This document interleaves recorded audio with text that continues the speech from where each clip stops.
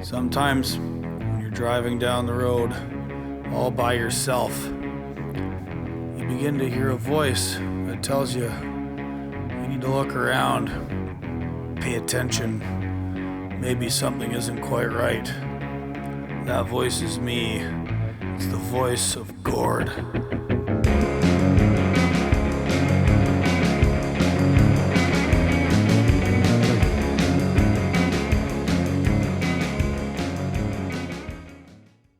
Hey everybody, how's it going? Back with another intro to the Voice of Gord podcast. Episode 99. Wow, I didn't think I'd make it this far, but here we are. I guess first off, thanks for listening.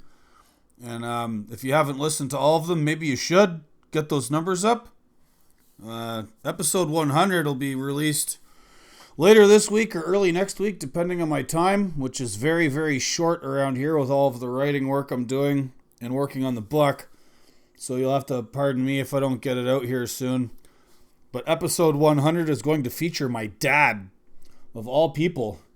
Let's go back to the source. I'm not here without him. He's not here without my grandpa. My grandpa's not here without my great-grandpa. I like to acknowledge my ancestors. Maybe I don't do it enough. But in episode 100, which is already recorded and awaiting editing, my dad and I do a bit of that. Talk about family history, how we got into the trucking business, various stories along the way, and generally have a pretty good time.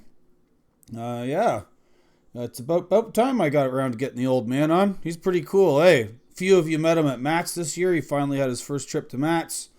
That was great, and he was dubbed the Gord Father by a friend of the show, Justin Super Trucker Martin. And episode 100 will be with the Gord Father. Episode 99 here. I've been waiting to get out for a couple weeks. Recorded this a little while ago with a young lady who wishes to remain anonymous. She is a general manager, administrator of a truck driving school in the Toronto area of Canada. And we have a very long conversation about what's going on with truck driver training and specifically the dubious standards by which many training schools operate and the scamming that's going on, especially in Canada. Some of you would have watched a special from CBC Marketplace a few months back, which focused on a specific group in Canada, although CBC didn't name them. But we all know who they're talking about. The meme Brampton Trucker?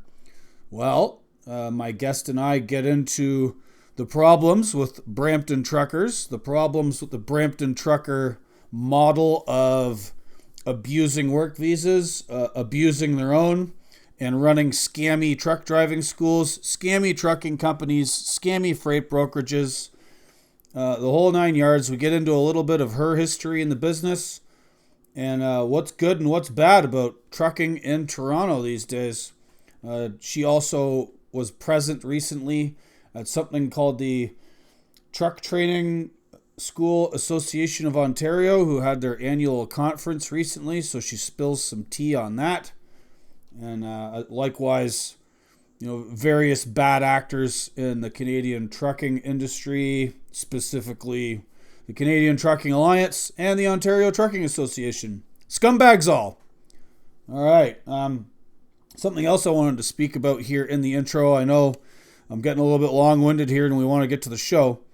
But last week, we saw President Trump sign an executive order having the United States Department of Transportation and the FMCSA look back to this curious memorandum from 2016 where the Obama administration told the DOT to stop enforcing English proficiency requirements for those who have a CDL in the United States.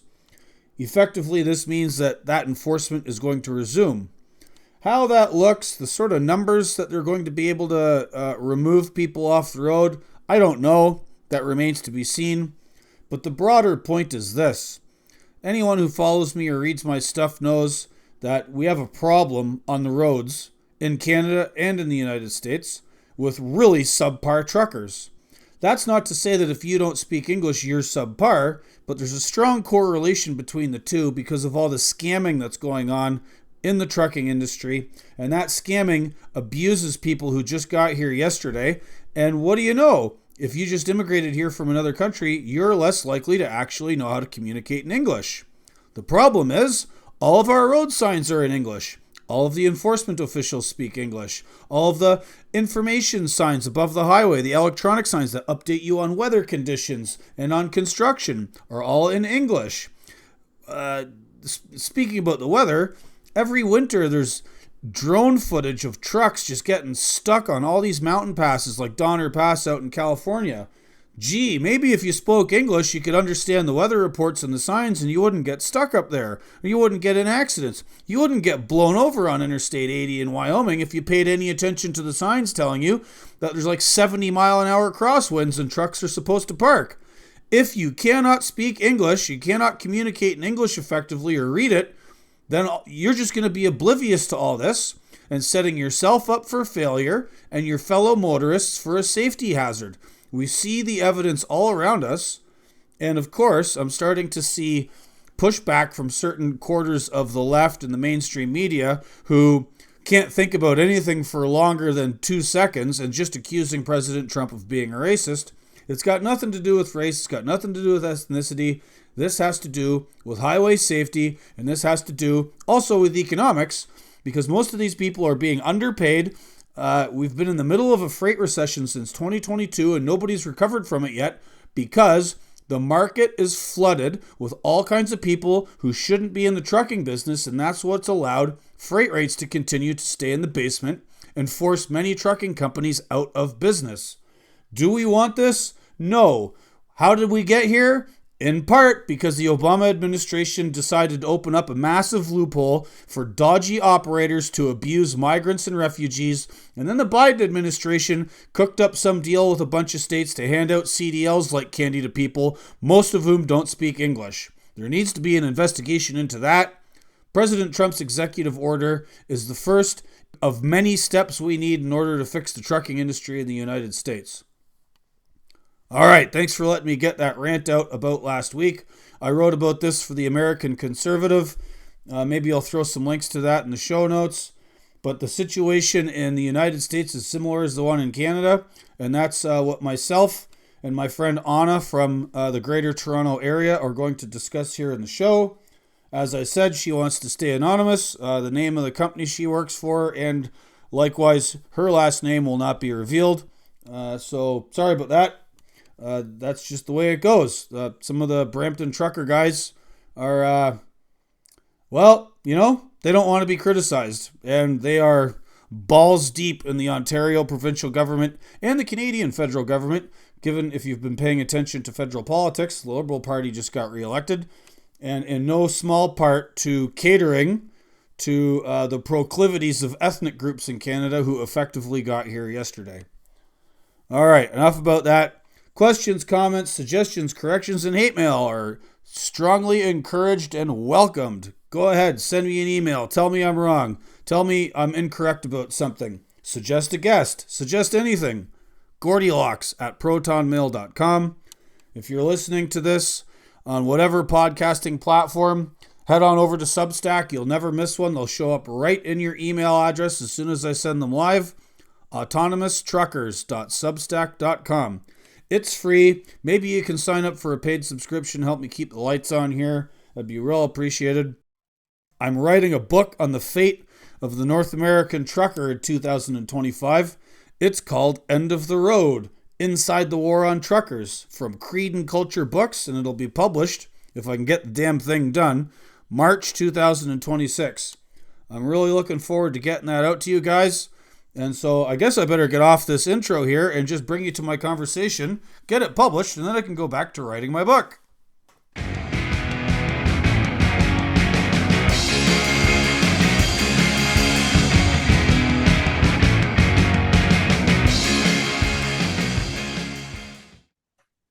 All right, g'day everybody. Welcome back to another fantastic episode of the Voice of Gord podcast project. I'm Gord, and this is my voice. The other voice you're going to hear today is that of a young lady from the Toronto area named Anna, and she works at a truck driving school. And we've been talking back and forth about deficiencies in truck driver training. And Toronto is an epicenter of that. Many of you will remember a documentary from a few months back from CBC Marketplace about a certain group and their proclivity for scamming, especially in the trucking market. And then they have all their own truck driving schools. And our guest today is going to discuss that, as well as having recently attended a conference run by this outfit in Ontario called the Truck Training Schools Association of Ontario. The other voice you're going to hear today, please welcome Anna. Hello, how are you? I'm great. I'm glad you're here. I've been meaning to talk to you for a while now. I'm gonna apologize in advance. I am a little bit delirious. Probably should have mentioned that before we started because I left at 5 a.m. the other day to get there to that conference, and then I pretty much had only 2 hours of sleep. But I'm gonna do my best today to give you all the juicy goods. Okay, so how far away was it from you? It's about an hour drive. You do have to go there. It's in a country club, right? So very posh, of course, because they have got members, and so the members have membership fees. They can afford all kinds of stuff. So it's the very other end of Brampton, essentially, in a big old country club. Yeah, surprising to think that Brampton has, facilities like that, but they do. The Lion's Head, if you ever want to take a look at that place, pretty posh. Yeah, so it took a while to get there. It's Brampton is not our neck of the woods. In fact, a lot of the folk from there don't want to come to our school because, of course, it's not convenient to drive to us. Right. Yeah. Well, the whole problem with the greater Toronto area, which I used to truck through quite often every day, and I lived sort of on this very southern end of it down in Niagara. Yeah, it's just traffic is a nightmare, and Yeah. it's only getting worse. And part of that traffic is trucks, and the Toronto trucking scene or industry, such as you might call it, has been going through Hmm. an incredible amount of change in the past decade or two. And you're here to tell me all about it from your position working at a truck driving school. The thing is, back in the day, and I say back in the day because I do have experience in all this. I mean, we're talking like family wise. My father was a trucker. Yeah, back in the 80s and 90s, even early 2000s, there weren't as many wrecks on the road, if any. Like, I really don't recall anything really significant. Traffic was just, it was peaceful. You could just drive on the road. There's a lot less people. Brampton was a farm town essentially, and a lot of the places around were. It's become overpopulated, overdeveloped. The people who have come in don't understand the industry, don't understand the roads, don't understand the rules, and it's all just tumbled now. It's all just falling apart. Also, the infrastructure is not built for it. So we have truck parking, for example, like these Brampton folk, these companies from out of Mississauga, Brampton, that are parking wherever they can find a spot on residential plots of land. They'll buy a little house with a driveway or something. They'll park like six trucks there. That's a big problem. The 401, that's the only hub. That's the only highway we really have to get to the border, right? If we're going like long haul, you got to get to the border. 401, right? Because that's Toronto funnels into that, Brampton funnels into it, Mississauga, Milton, Cambridge, every last major trucking company is along that route, along with all the idiots on the road, the four wheelers and all that. Um, the entire industry, everything has fallen apart. And it all starts, well, what I was trying to bring up yesterday, it all starts with the immigration. That's gone wild. Okay, absolutely wild the past few years. And I'm pretty sure from all the news I'm reading, it's in the US, it's in Europe, it's everywhere. They're just flooding us. The infrastructure is not there for it. Schools, fly-by-night schools are popping up because there's incentives to get an AZ license, right? You want documentation, you want your work permits, LMIAs, future permanent residency. That's why they're getting into this. This isn't a route for them to get their documentation, get their family over, all of that sort of thing. Technically, that's fine. We always need truckers. And for some reason, I mean, to be frank, between you and us, for some reason, our Canadians, like our actual, born here, they're not interested in getting into the industry like they used to. Not at all. I'm fighting, trying. I would disagree with that, but Really? Who? yeah. I've been Well, fighting to trying to get them in, right? I'm well, I'm it's a complex conversation, and that's why we're here. But before we get into all these deep nitty gritty details, um, without giving too much away about yourself, just you mentioned your dad in the 80s and 90s. Maybe give us a brief personal history with yourself in the trucking business, and then how it is you came to be working at a truck driving school, and then we'll get into all the politics of it. Oh Lord, talking about myself. Here we go. So, first off, I wasn't born in Canada. Back in the 80s, there was a big influx of, I mean, mind you, that was during the Soviet Union, right? We remember that thing. There was a big influx of people from the Soviet Union coming to Canada, right? Escaping. So I was born in Ukraine, lived there for like literally a couple years, moved to Austria, lived there for a little while. Then we moved to Italy, lived there, and waited for Canada to give us the go ahead that we can come to you guys. The first time I ever saw snow in winter was in January when the plane landed. And I'm like, why is my mother knitting me a hat right now on the airplane? And when we landed, I'm like, and back then we had actual winters. Like this, everybody complains about. It's not comfortable, but what we have now is not winter. Back then we had winter. So that's kind of how it all started. And back in those days, you know, there was no smartphones, there was no computers, there was no nothing. Everything was in English. You had no choice. You had to learn the language. So I went to school. I started learning ESL, all of that, started learning the language. I completely flipped and refused to speak my own language, my native tongue, let's say, only English. And that's how my parents learned. Also watching Star Trek, right? Live long and prosper, endless episodes daily. That's how they learned English. You know what I mean? So it's like you had no choice back in that day. But because, of course, you look like you could maybe possibly pass for Kirstie Alley in Star Trek II: The Wrath of Khan. nice. Oh, poor thing. She's not with us anymore, isn't she? Darn shame. But yeah, thanks. I totally. I mean, I'm total Trekkie. Star Wars, yeah, it's nice, but no. I mean, Star Trek all the way. I used to have a thing for Spock. It's weird, man. It's creepy. But anyways, we're going too far. Most normal people like Captain Kirk. No, I like Spock. Well, okay. Anyways, never was a normal one. But yeah, you had to learn. But the thing is, part of the problem was, as it is now, credentials from back home don't transfer over here. So everybody starts from scratch. Mom was the secretary to the mayor of the capital city.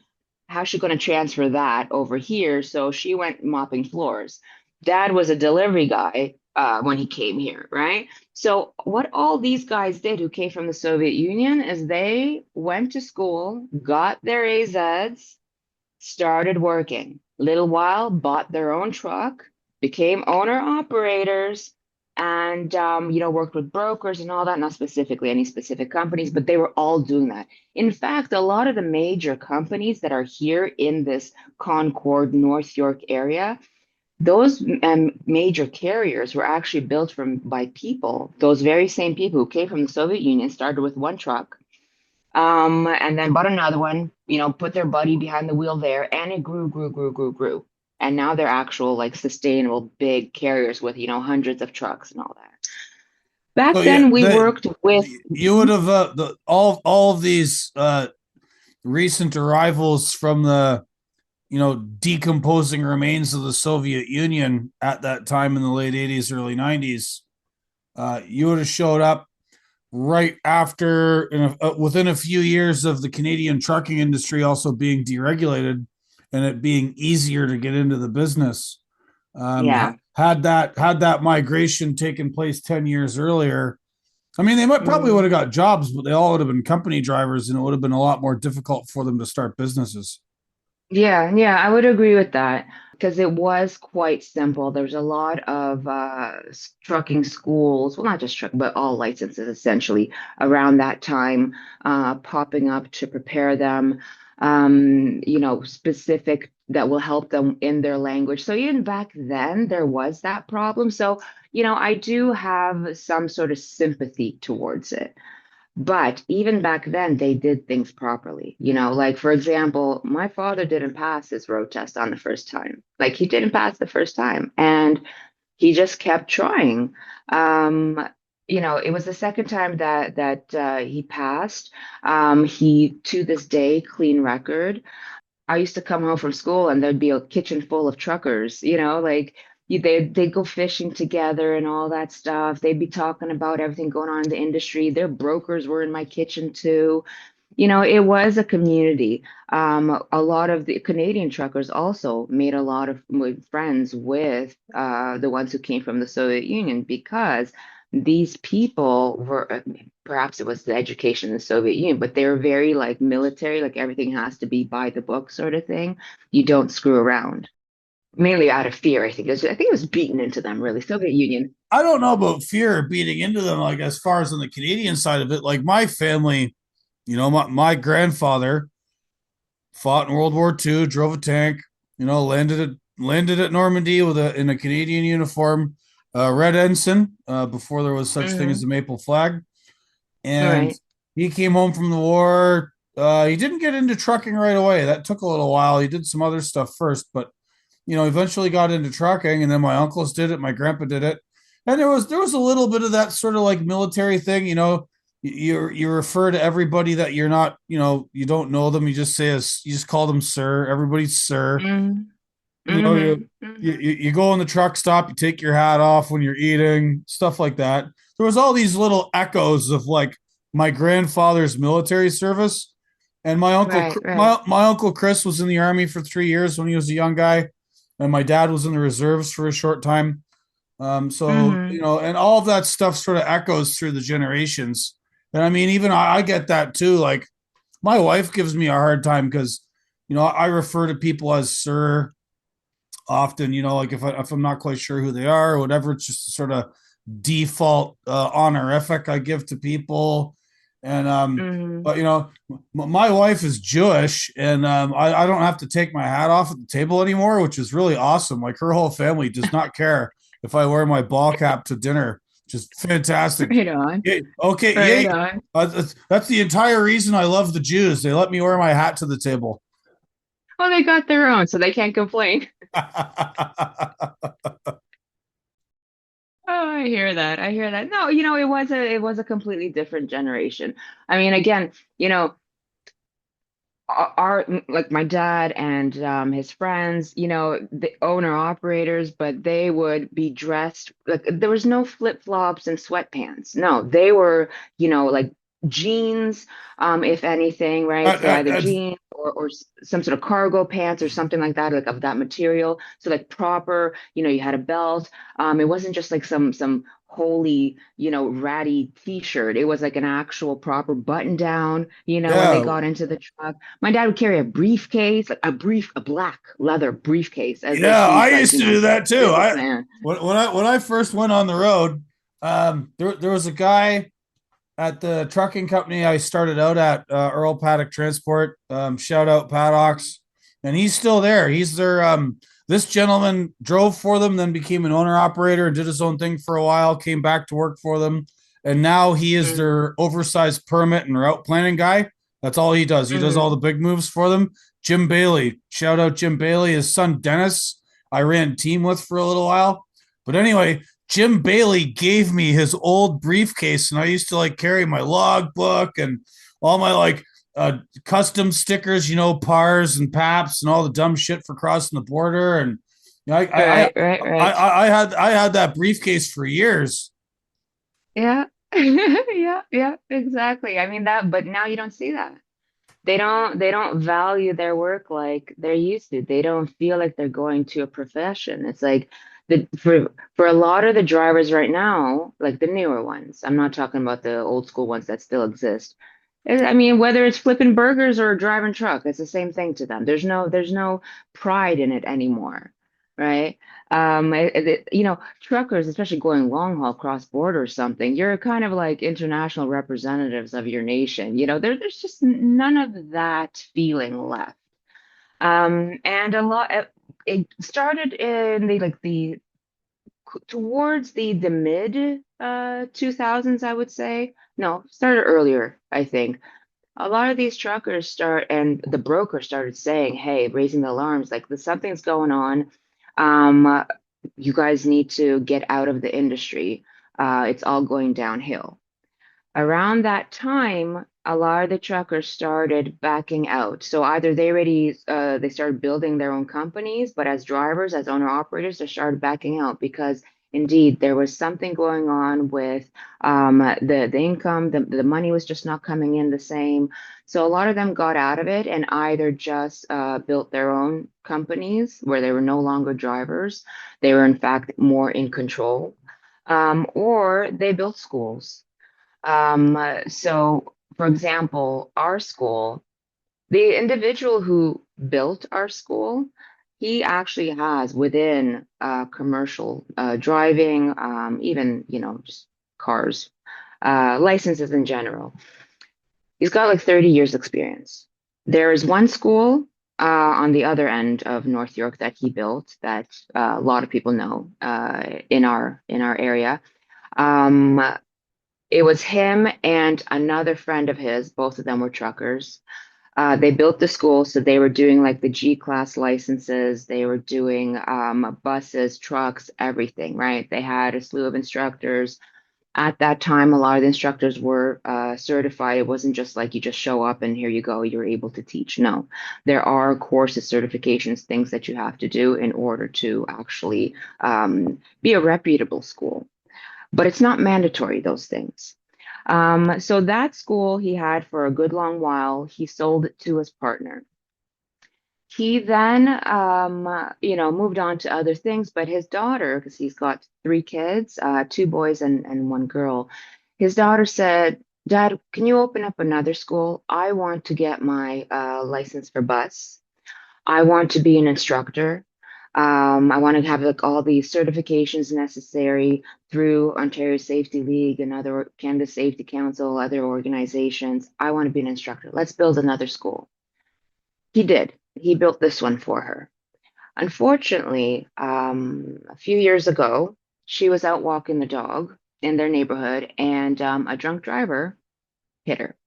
She passed away. This family business was literally a family business, and after that, him and his wife couldn't bear coming into the school and seeing these walls, seeing what together they created. So they started looking for another family, and again, keep it family, right? To take over. All the old instructors, everything still remained. Our instructors were also truckers from that era, 20 years, if not more, manual transmission, like the actual, the real ones. Some of them, yes, went and got actual certifications. Like one, for example, went to Humber College to become a certified instructor. So, this is not one of those fly-by-night type schools where it's just a licensed mill or something like that. People come here to actually learn. The prices we charge are not the most expensive because then we'll have to close our doors. We have no choice but to bring it down. But they're not the cheapest either because that's not right either. It doesn't make any sense how they do it. If you want to do it properly and fairly, there is a specific way to price everything. I have a quick question about this like price point thing and the pressure to push it down because as I mentioned before we started recording, I spoke with the proprietor of one of the oldest and most well-renowned truck driving schools in British Columbia recently, and Mhm. he talked about the sort of, as you know, as some of us in the industry call them, bottom feeders, the truck driving schools that get you to pass the test and nothing more.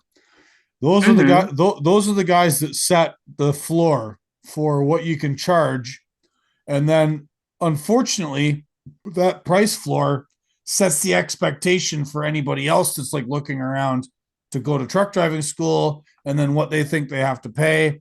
And then another thing that distorts that is government money, right? You'll have programs from the province. Oh, I want to get into that so much. Oh my God. They, our, well, my assistant there, I mean, every time she brings me one of these acceptance letters to put my seal and sign on, I'm like cringing. I'm like bitching about it. I'm like, who are these freaking bottom feeders? Who are these mooches trying to steal off of us? It's bad what they're doing. It's so bad, but that's Right. something Well, we definitely have to talk about. okay, good, good. Well, I have more questions about that, but like Yeah. about the price structure, right? So you said you guys Right. charge a little bit more, but not too much. Hmm. At Hmm. at what point do people start saying, "Well, I don't want to pay that much"? Like, do people coming do prospective new drivers who want to get into the industry that are coming to your school? Do they fully understand the value of what they're going to get from the school, or are they just looking to get a license and hit the road? Like, are they in a hurry? Like, can you sort of speak to this tension between the price point, between the students' expectations, and between what they actually need to succeed? Right. First off, depends where the student is from and what they're looking for. Some of them want to get into the interest industry because they're like, wow, they're still kind of fixated on the old trucker culture, right? They've seen enough like movies and stuff. They're like, I want to be part of that. I want to be cool. But then there are the other ones who literally are just doing it because they need documentation, right? Or they don't want to learn English or whatever else. And they're like, well, if I'm alone in a truck, I don't need to learn. So it Whoa, depends on why. back up. Yeah. They don't want to learn English. So, Yeah. They'll uh, learn the basics, but they don't want any more. okay, so is that to say that if they went into some other profession or job classification or other area of the economy, they would be forced to learn English? And because they're not forced to learn English in trucking, that gives them an out and they can just be like, oh, I'm going to go be a truck driver because I don't have to learn English. It's less work. I mean, it's less work, right? To learn a language So that's that's hard what work. I mean, that's what's happening with some of your students. it is the easiest thing to get into, right? So if you're in a factory, even if you're in a factory, right, you're still constantly communicating, right? There's a lot more that goes into it day to day to day. You're communicating and interacting with people day to day to day. In a truck, no. I mean, you could be on the road for 4 days straight without talking to a single soul, right? And when you have a dispatch or something that speaks the same language as you, what's the matter? Like, why do you need to, right? That's how they show Well, up to these distribution centers. you need to, in order to interact with the places you're loading and unloading, you need to read the signs. You need to read weather reports. Like, I get that certain companies will babysit these illiterate drivers.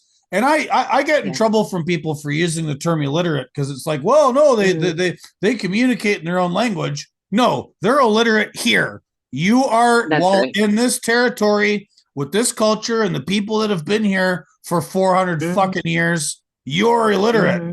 Um, Yeah.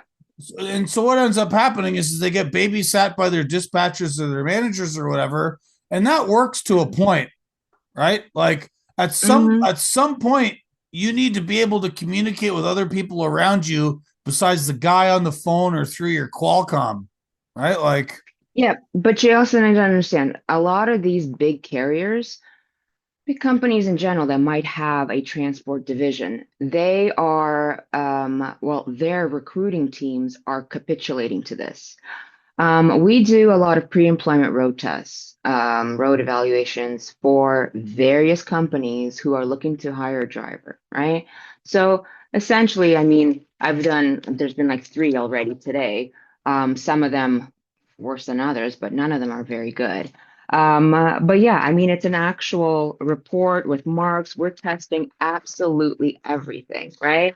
Not just pre-trip inspection, interior, exterior, like on the road, what they're doing, coupling and coupling, backing, how quickly they can do it, what are the mirror usage, shoulder checks, this, that, whatever else. Are they using actually reading, paying attention to the traffic signs? Like, we had one who's apparently a skilled trucker, an owner operated. This is what I hate. The owner operators, they fucking suck right now.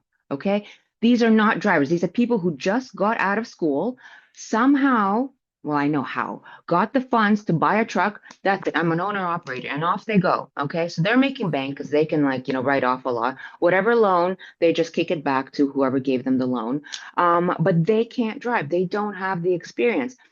I mean, either it can't be that they can't see. Okay, if they can't read, I understand. But if you can't see colors, are you colorblind too? What is going on? It's a red light, turning light. Okay, it's red for you. He goes. This just happened yesterday. He went on a red turning light. So he started turning while traffic is going. They're honking, they're freaking out, but an owner operator. Some of these companies, they trust our school, well, they trust me rather, because I have one examiner who I trust 120%. He is so militaristic about every last detail. He will sit there and literally take me through absolutely everything that they did wrong, as if I am sitting in the passenger seat watching this. And then in the end, I decide, okay, are we passing this or failing? Even if he's squeaking by, I'm like, no, we're not squeaking by. You're either where I need you to be or you're not. But other schools, part of the reason why one of these big companies came to me is that at other schools, what they found was these drivers were paying the instructor or the examiner at the school to give them a pass. So that's another reason. So there's just so much corruption and mess going on. Nobody actually values anything. You just like in the CBC marketplace thing, right? Pay the examiner at the drive test center, whatever, $1,000. Okay, there you go. You passed. This is literally happening in schools at drive test centers. And that is why we have all this on the road. But for the pre-employment road test, all these companies, I have the recruiters asking me, do you have an instructor who speaks Punjabi or whatever it is? I'm like, why do you need that? She's like, well, the driver said he'd feel more comfortable that way. I'm like, no, we only do English. It's either English or this driver can go somewhere else. I'm like, and I started quoting ministry rules and whatever else, actually copy and pasting, sending links and whatever else. I'm like, educate yourself, you big wig, recruiter for like one of the biggest companies in Canada, and you don't know that this is wrong? You're recruiting drivers and you don't know? Love it. Love to hear it. I love this. I love this reality check. No, Sorry. no, no, no. It's awesome, Anna. I love it. On the note about the language stuff, Yeah. the Ministry of Transportation of Ontario, I've got mixed signals about their language proficiency requirements. I've looked into it in British Columbia, and per ICBC's own website, right? So I'm gonna tell you the story about BC, then we'll come to you.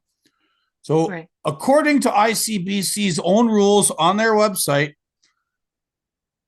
you can take all, and I mean all of Mhm. the paper tests, all of the theory tests to get a class 1, which is the equivalent to a class A in Ontario, Right. in Mandarin, Cantonese, Punjabi, whatever other language. There's a short list of languages they will accommodate people. And then once you do the road test, oh no, that has to be in English. So is that actually happening? So this presents this question about corruption, right? So like, okay, cool. You did all of your theory examination. You did all of the paper testing to get your learner's permit to go out on the road to drive a truck in your native language. And then the minute you actually got in a truck to do the road test, now you know English?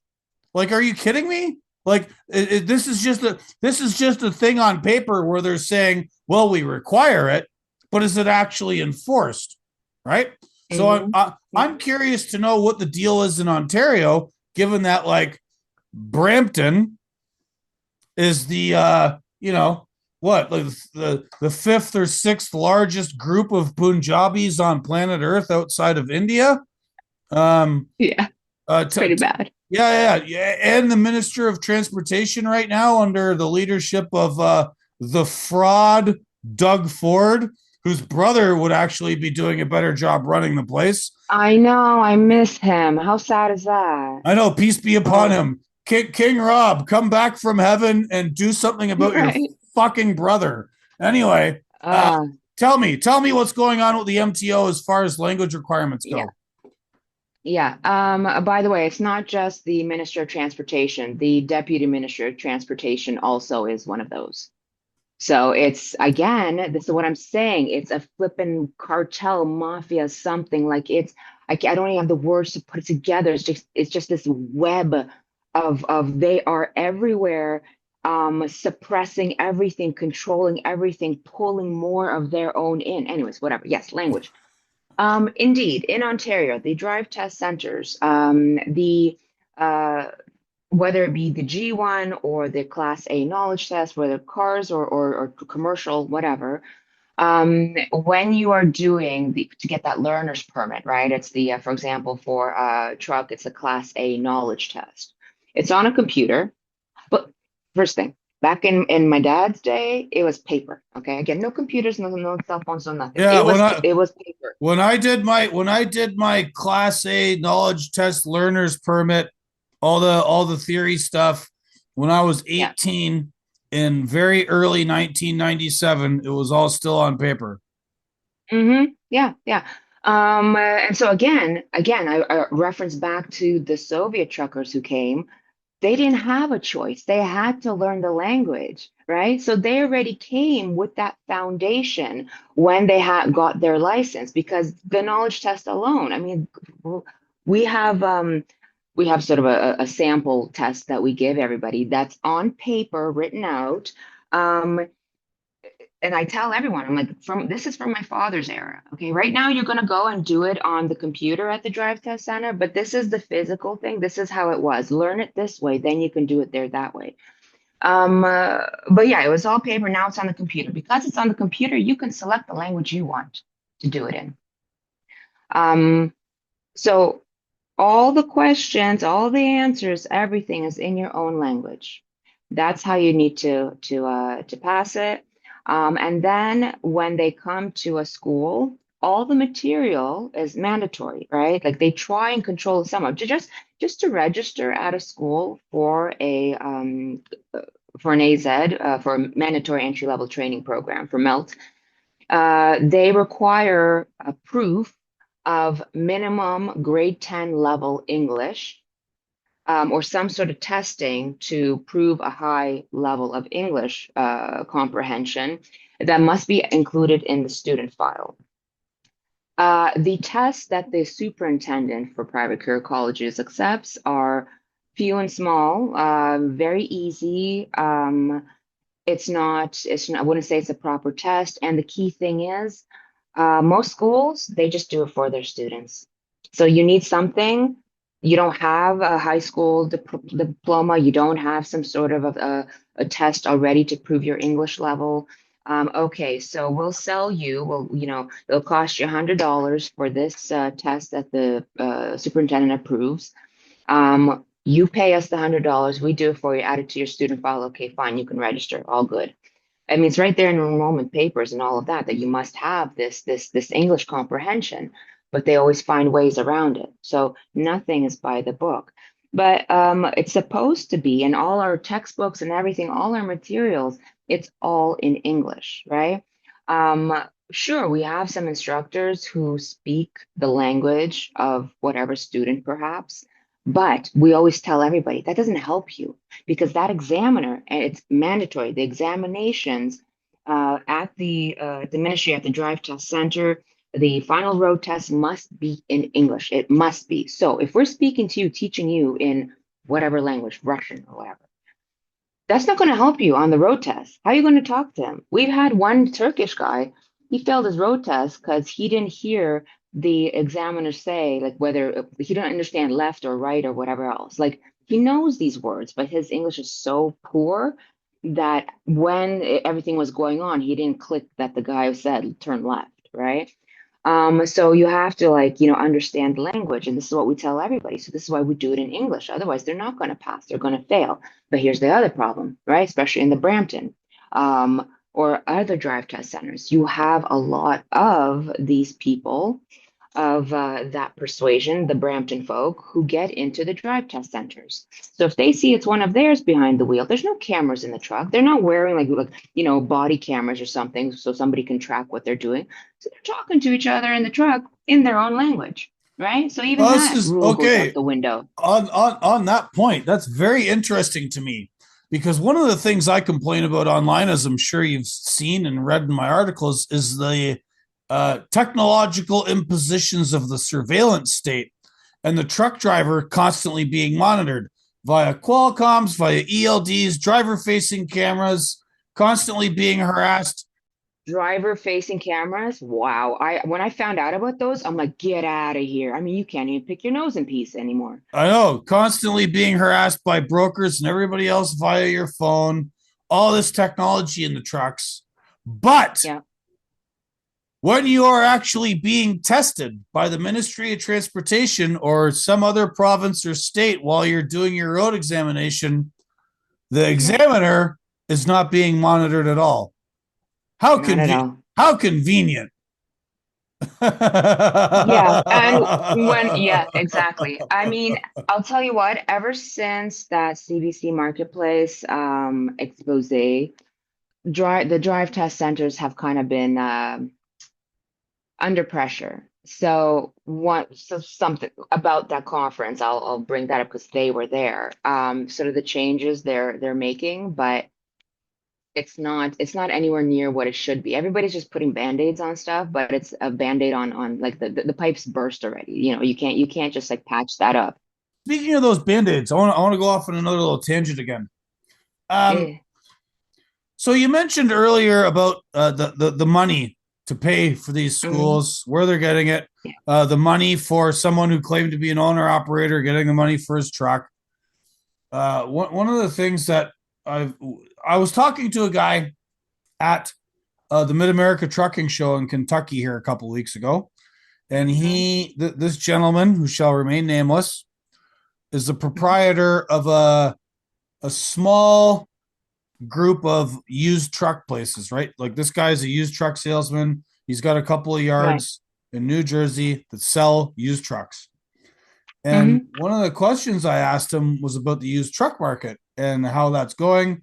And I asked him, we've got an awful lot of people from not America, people who just recently arrived, immigrants, migrants, refugees, whatever. There's all kinds of people in trucking now who, are effectively immigrants to North America, recent immigrants. Fine, Hmm. whatever. And, if you're an American or Canadian and you want to go through the traditional financing system to get a piece of equipment, you have to pay so much in interest. You have to have such good credit rating. Unless you show up with cash, you're stuck in that system. And so I asked this guy in New Jersey, I said, so I said, I asked him, I says, how much of your business is selling trucks to these recent immigrant groups? And then I asked, what's the financing like for these recent immigrant groups who do buy the trucks from you? And he said, yes, I'm selling an awful lot of used trucks to these guys. In fact, they're one of my biggest groups of customers. That's true. And then he said, they don't go through financing, they pay cash. And Yep. I'm like, okay, so where are they getting their money from? And he's like, well, a couple of them have told me that they like crowdsource from home. So they have their sort of own kin networks from whatever country they come from or that country's Hmm. immigrant group operating here. And then that resonated with a story I heard from a guy in Edmonton once, like 20 years ago. I was up on the ice and I'm talking to this dude from Edmonton. We're sitting around, waiting to unload at one of these diamond mines and shooting the breeze about all this stuff. And at that time, there was a truckers strike or a lockout, I should say, in Edmonton, and it was with the Hmm. guys who haul concrete and aggregates, so all your dump trailers, which Right. the Brampton community have, took to that industry with gusto and basically own it now, and not just Brampton and not just Vancouver, all across the country. Most dump trucks now are the Brampton guys. Hmm. And this dude in Edmonton said something to me that I'll never forget. And he's like, the reason they were able to get into this and sort of parasitize themselves on that aspect of the industry is they don't have to pay for their equipment. The Mhm. gurdwaras, the Sikh temples, act as Yeah, lending institutions, and their communities yeah. all donate for these guys to be able to buy trucks. And so they don't have Hmm. the financing, they don't have to pay for the credit, they don't have to worry about anything. It's like Nope. a certain component of their cost structure is being absorbed by their community through the sort of like religious temples of their community, which is fine. Whatever. I'm Yeah. a free market guy. I don't care. But like this presents a competitive advantage that's not available to people who already live here and have to deal with the Yeah. banksters, right? Hmm. And Yeah. I'm like when you mentioned that about the truck driving schools as well, because one of my criticisms of truck driving schools is that a lot of them are wards of the state, right? Like they get money from the feds in the United States, they get money from states, municipalities. In Canada, it's from the provinces. I'm sure you can speak to that.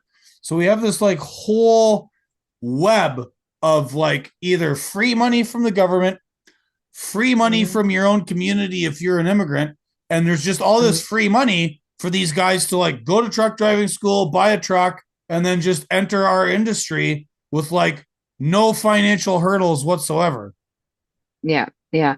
Yeah, no, well, so for that specific, the Brampton folk, okay, um, for them, it's a start to finish process. Like it is literally a web. It's not how the other communities really operate. So with them, okay, back home, they have, immigration consultants and whatever who are in cahoots with immigration lawyers and consultants here. They advertise and whatever, say, okay, pay us this much, we'll get you into Canada. Sign up on a student visa to an actual school, not the trucking school. You can't come here on a student visa for trucking. That doesn't work. And then so they sign up to some, rinky-dink school here somewhere. They never show up because the whole time they're preparing for the road test to get their trucking license. Because through a trucking license, they'll be able to get the rest of the documentation needed, like with permanent residency, all of that sort of stuff. Because there are additional points added to if you're a trucker. So in order to get permanent residency, you have to meet a specific score. So you get points added to your application if you are a trucker. So the problem is that these schools, how do they even get them in there? Okay, sure, they say it's cheap. Okay, it's cheaper. But the other thing is they're like, and right after, you can either get your own truck through here, yeah, the Gurdwaras or whatever other communities sort of whatever they got going on. Or I have a cousin who owns a trucking company. So you will see, like right now, before when one of my students passes, right, and I send them the email, next steps, job search, right, I take them through step by step what they need, how to approach these companies, and I say first and foremost, don't just fill out an application online or whatever else, or send them an email. Do that, yeah, because there's always chicks in the office who sit there going through the paperwork. But you call them, right? Follow up. Go there physically and shake someone's hand. Like these are truckers, okay? You got to be personable, right? They want to meet you, see if you fit their culture, who they are, who they want representing them on the road. Whereas, oh, more on that specific point, I also send them a list of various companies where they can possibly apply. Now, these are companies that I've driven with. I know the types of loads, the types of trailers, what the clients, the trucks, the state of the trucks, whether or not they're clean cut, meaning they do what they're supposed to do, or they're like, cooking the book sort of thing with, for example, log books, like, well, you're out of time. Oh, it's okay. Use the password username for this guy who's on break right now and finish your trip, right? Like they do this type of stuff, some people, right? Especially that community. But also whether they want to do local driving, they want to do regional, they want short haul, long haul, whatever. So I know all these companies. If a new company, and oftentimes I'll stand out in front of the school because we're in a major intersection, right? Major roads, trucking companies all the way around, a lot of a very industrial area. So I see a lot of trucks going by. I see their logos. Maybe there's something I've seen on the road that, I don't know this company yet. Let me research. Maybe this is something I can research for my students. I'll go in and I will Google who is the owner of the company. As soon as I see it's one of the Brampton folk, nope, red card that. We're not going there. There are so many of these companies that are owned by their own, only hiring their own, recruiters only their own. And I mean, it's absolutely everywhere. It is a pipeline from It's India. nepotism. Yeah, nepotism. Yeah, yeah. But I mean, it's not just the family. I mean, yeah, the family is in control, but they are pulling in all their own people, right? And why do they do this? We have, in my school, because again, oftentimes they don't want to come to our school because it is a bit of a distance away from their community. And they want people who speak their own language. We do on occasion, maybe like once a year, twice a year, get someone from that community who's a bit more Canadianized, we'll say. And we had one, I'll never forget him. Absolutely sweet kid. He said to me, he says, I don't want to work for my people. I didn't want to go to one of my schools because they abuse us. I'm like, well, what do you mean? He says they know that we need the documents. They know we need something. They know we're in debt to, whatever community member, whatever organization within the community, whatever else. They will pay us pennies to do the work. They will push us to break rules, to drive nonstop, to just, like they won't pay us overtime. They abuse us because they know the only other alternative is we have to leave the country. Okay. Um, this is part of what's going on. So these people, these drivers, on one hand, I'm like, oh my God, can you just leave already? On the other hand, I feel sorry for them because they get so indebted to the immigration consultants, to the schools, because even at the schools, they're cheap, yeah, but there's a bit of a trick there. Those schools help them get in with various companies. Those schools are getting kickbacks. These people are getting into debt, like, hey, I will hook you up with this company, but I'm going to need a little something back from you. So it's just like they're constantly paying out money or providing their slave labor. And how do these schools even advertise? Like you'll see they'll plaster, right? Like on a post or something, like $4,000 AZ, whatever, quick and easy. Okay, it might be $4,000 when you first sign up, but they're not giving you one-on-one lessons. Sometimes they are, but maybe like, I don't know, 5 lessons maximum. And also, what's the length of the lesson? At our school, each lesson is 2 hours long. Other schools, they'll do it like 30 minutes, 45 minutes. That's not a lesson. And you just got in the truck by that point, you know? Um, so they're not getting actual one-on-one lessons. Most of it is group lessons. Most of it is enough to kind of to just pass the test. Um, and then they fail. Well, then, okay, give me more money for the road test, rental of the vehicle, this, that, whatever else. Give me more money for lessons.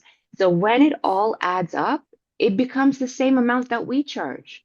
And then those poor people are they're just that's it. They're bankrupt at this point. They have no money left. They come to us and they're like, I have no money, but please help me. And Yeah, we're they're like, well, demoralized. Yeah, it's terrible. yeah, but again, they don't have money to pay us. So we, within the little bit of money that they have, we try and prepare them as much as possible, right?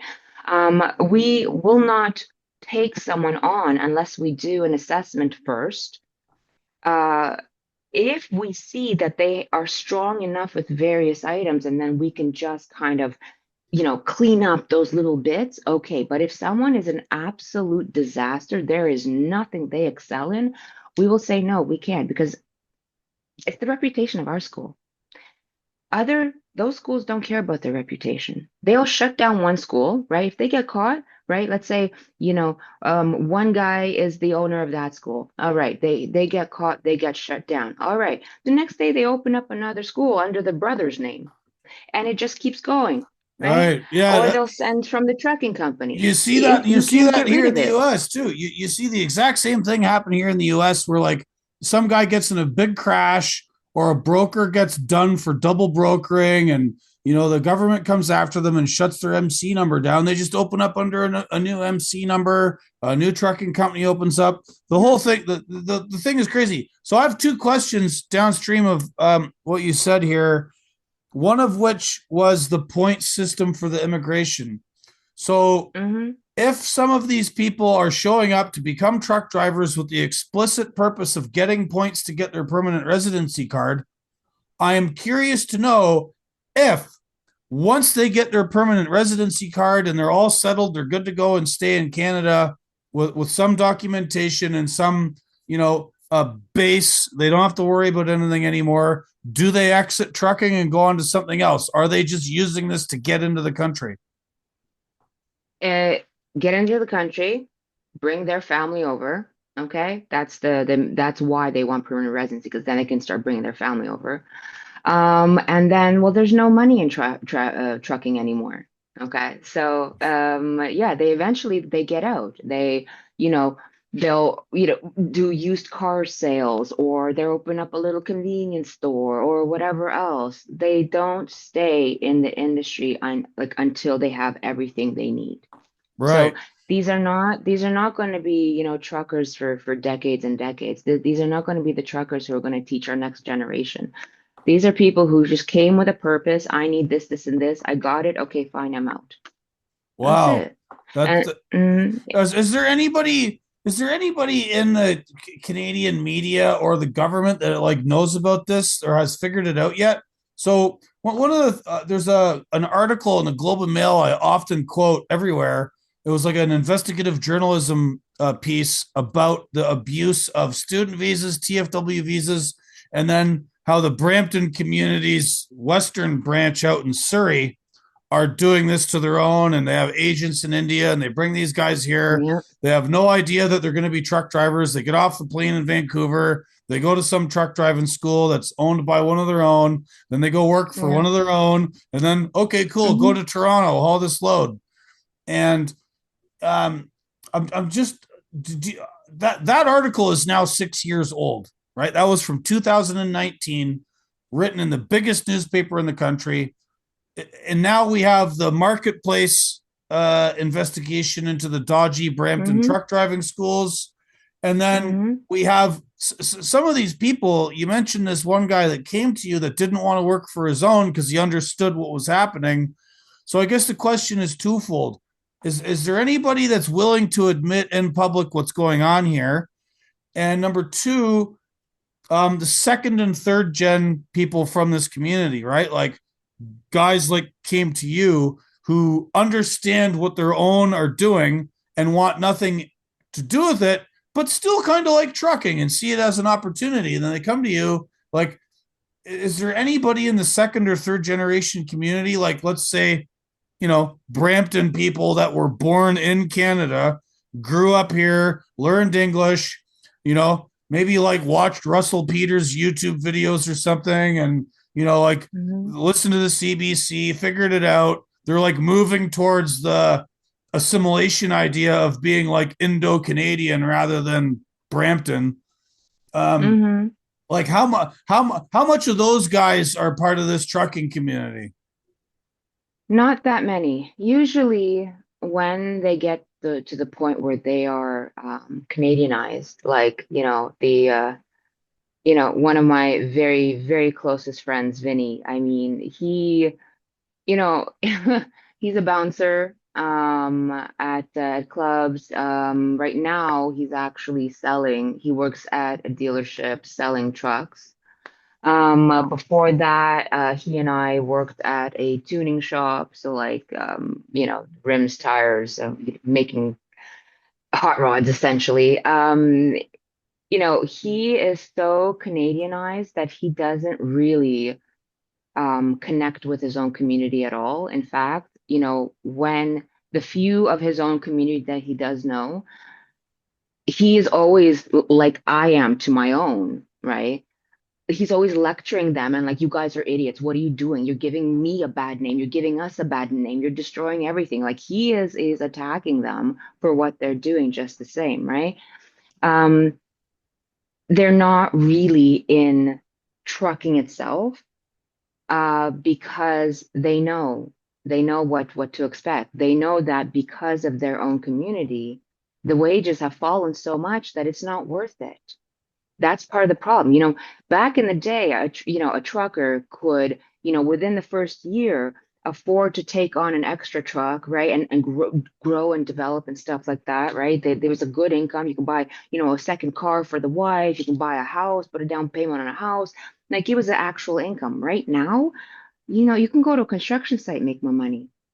But truckers going long haul, like to California from Toronto, whatever, at the end of the month, they're not making much at all. They can probably pay rent, yeah, maybe a few car payments, but then there's nothing left over. So they know there's no money in it, so they're not going to. The other guys have no choice.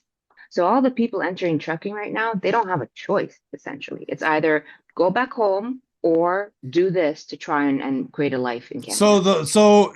to your estimation, the percentage of the, Brampton trucking community, how much of them are faced with this, calculation?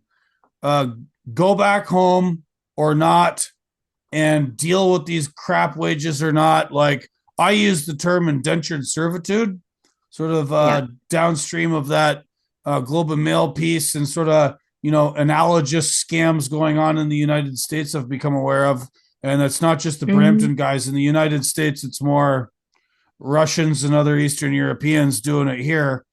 But like, it's funny you mentioned that the wages have gotten driven down, and I'm just curious, like, from your understanding of it in Toronto and specifically with the Brampton community, like how much is really like indentured servants? Like, either we do this or we're stuck going back to the Punjab. Well, did you see they were protesting when they started closing down the student visas, when they stopped renewing work permits and all that sort of stuff. All these the in Brampton, there were protests. They all came out. They were protesting, sleeping in tents, demanding the government help them. And everybody who interviewed them, like it was in the news, everybody who interviewed them, they said, like they upfront said, we were lied to.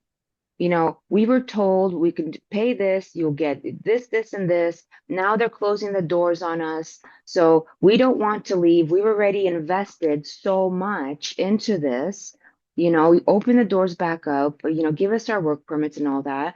Because our only other option is to go back home. But we've invested so much here. We've put in so much money, so much effort here. We don't want to go back. They were sleeping in tents for like weeks.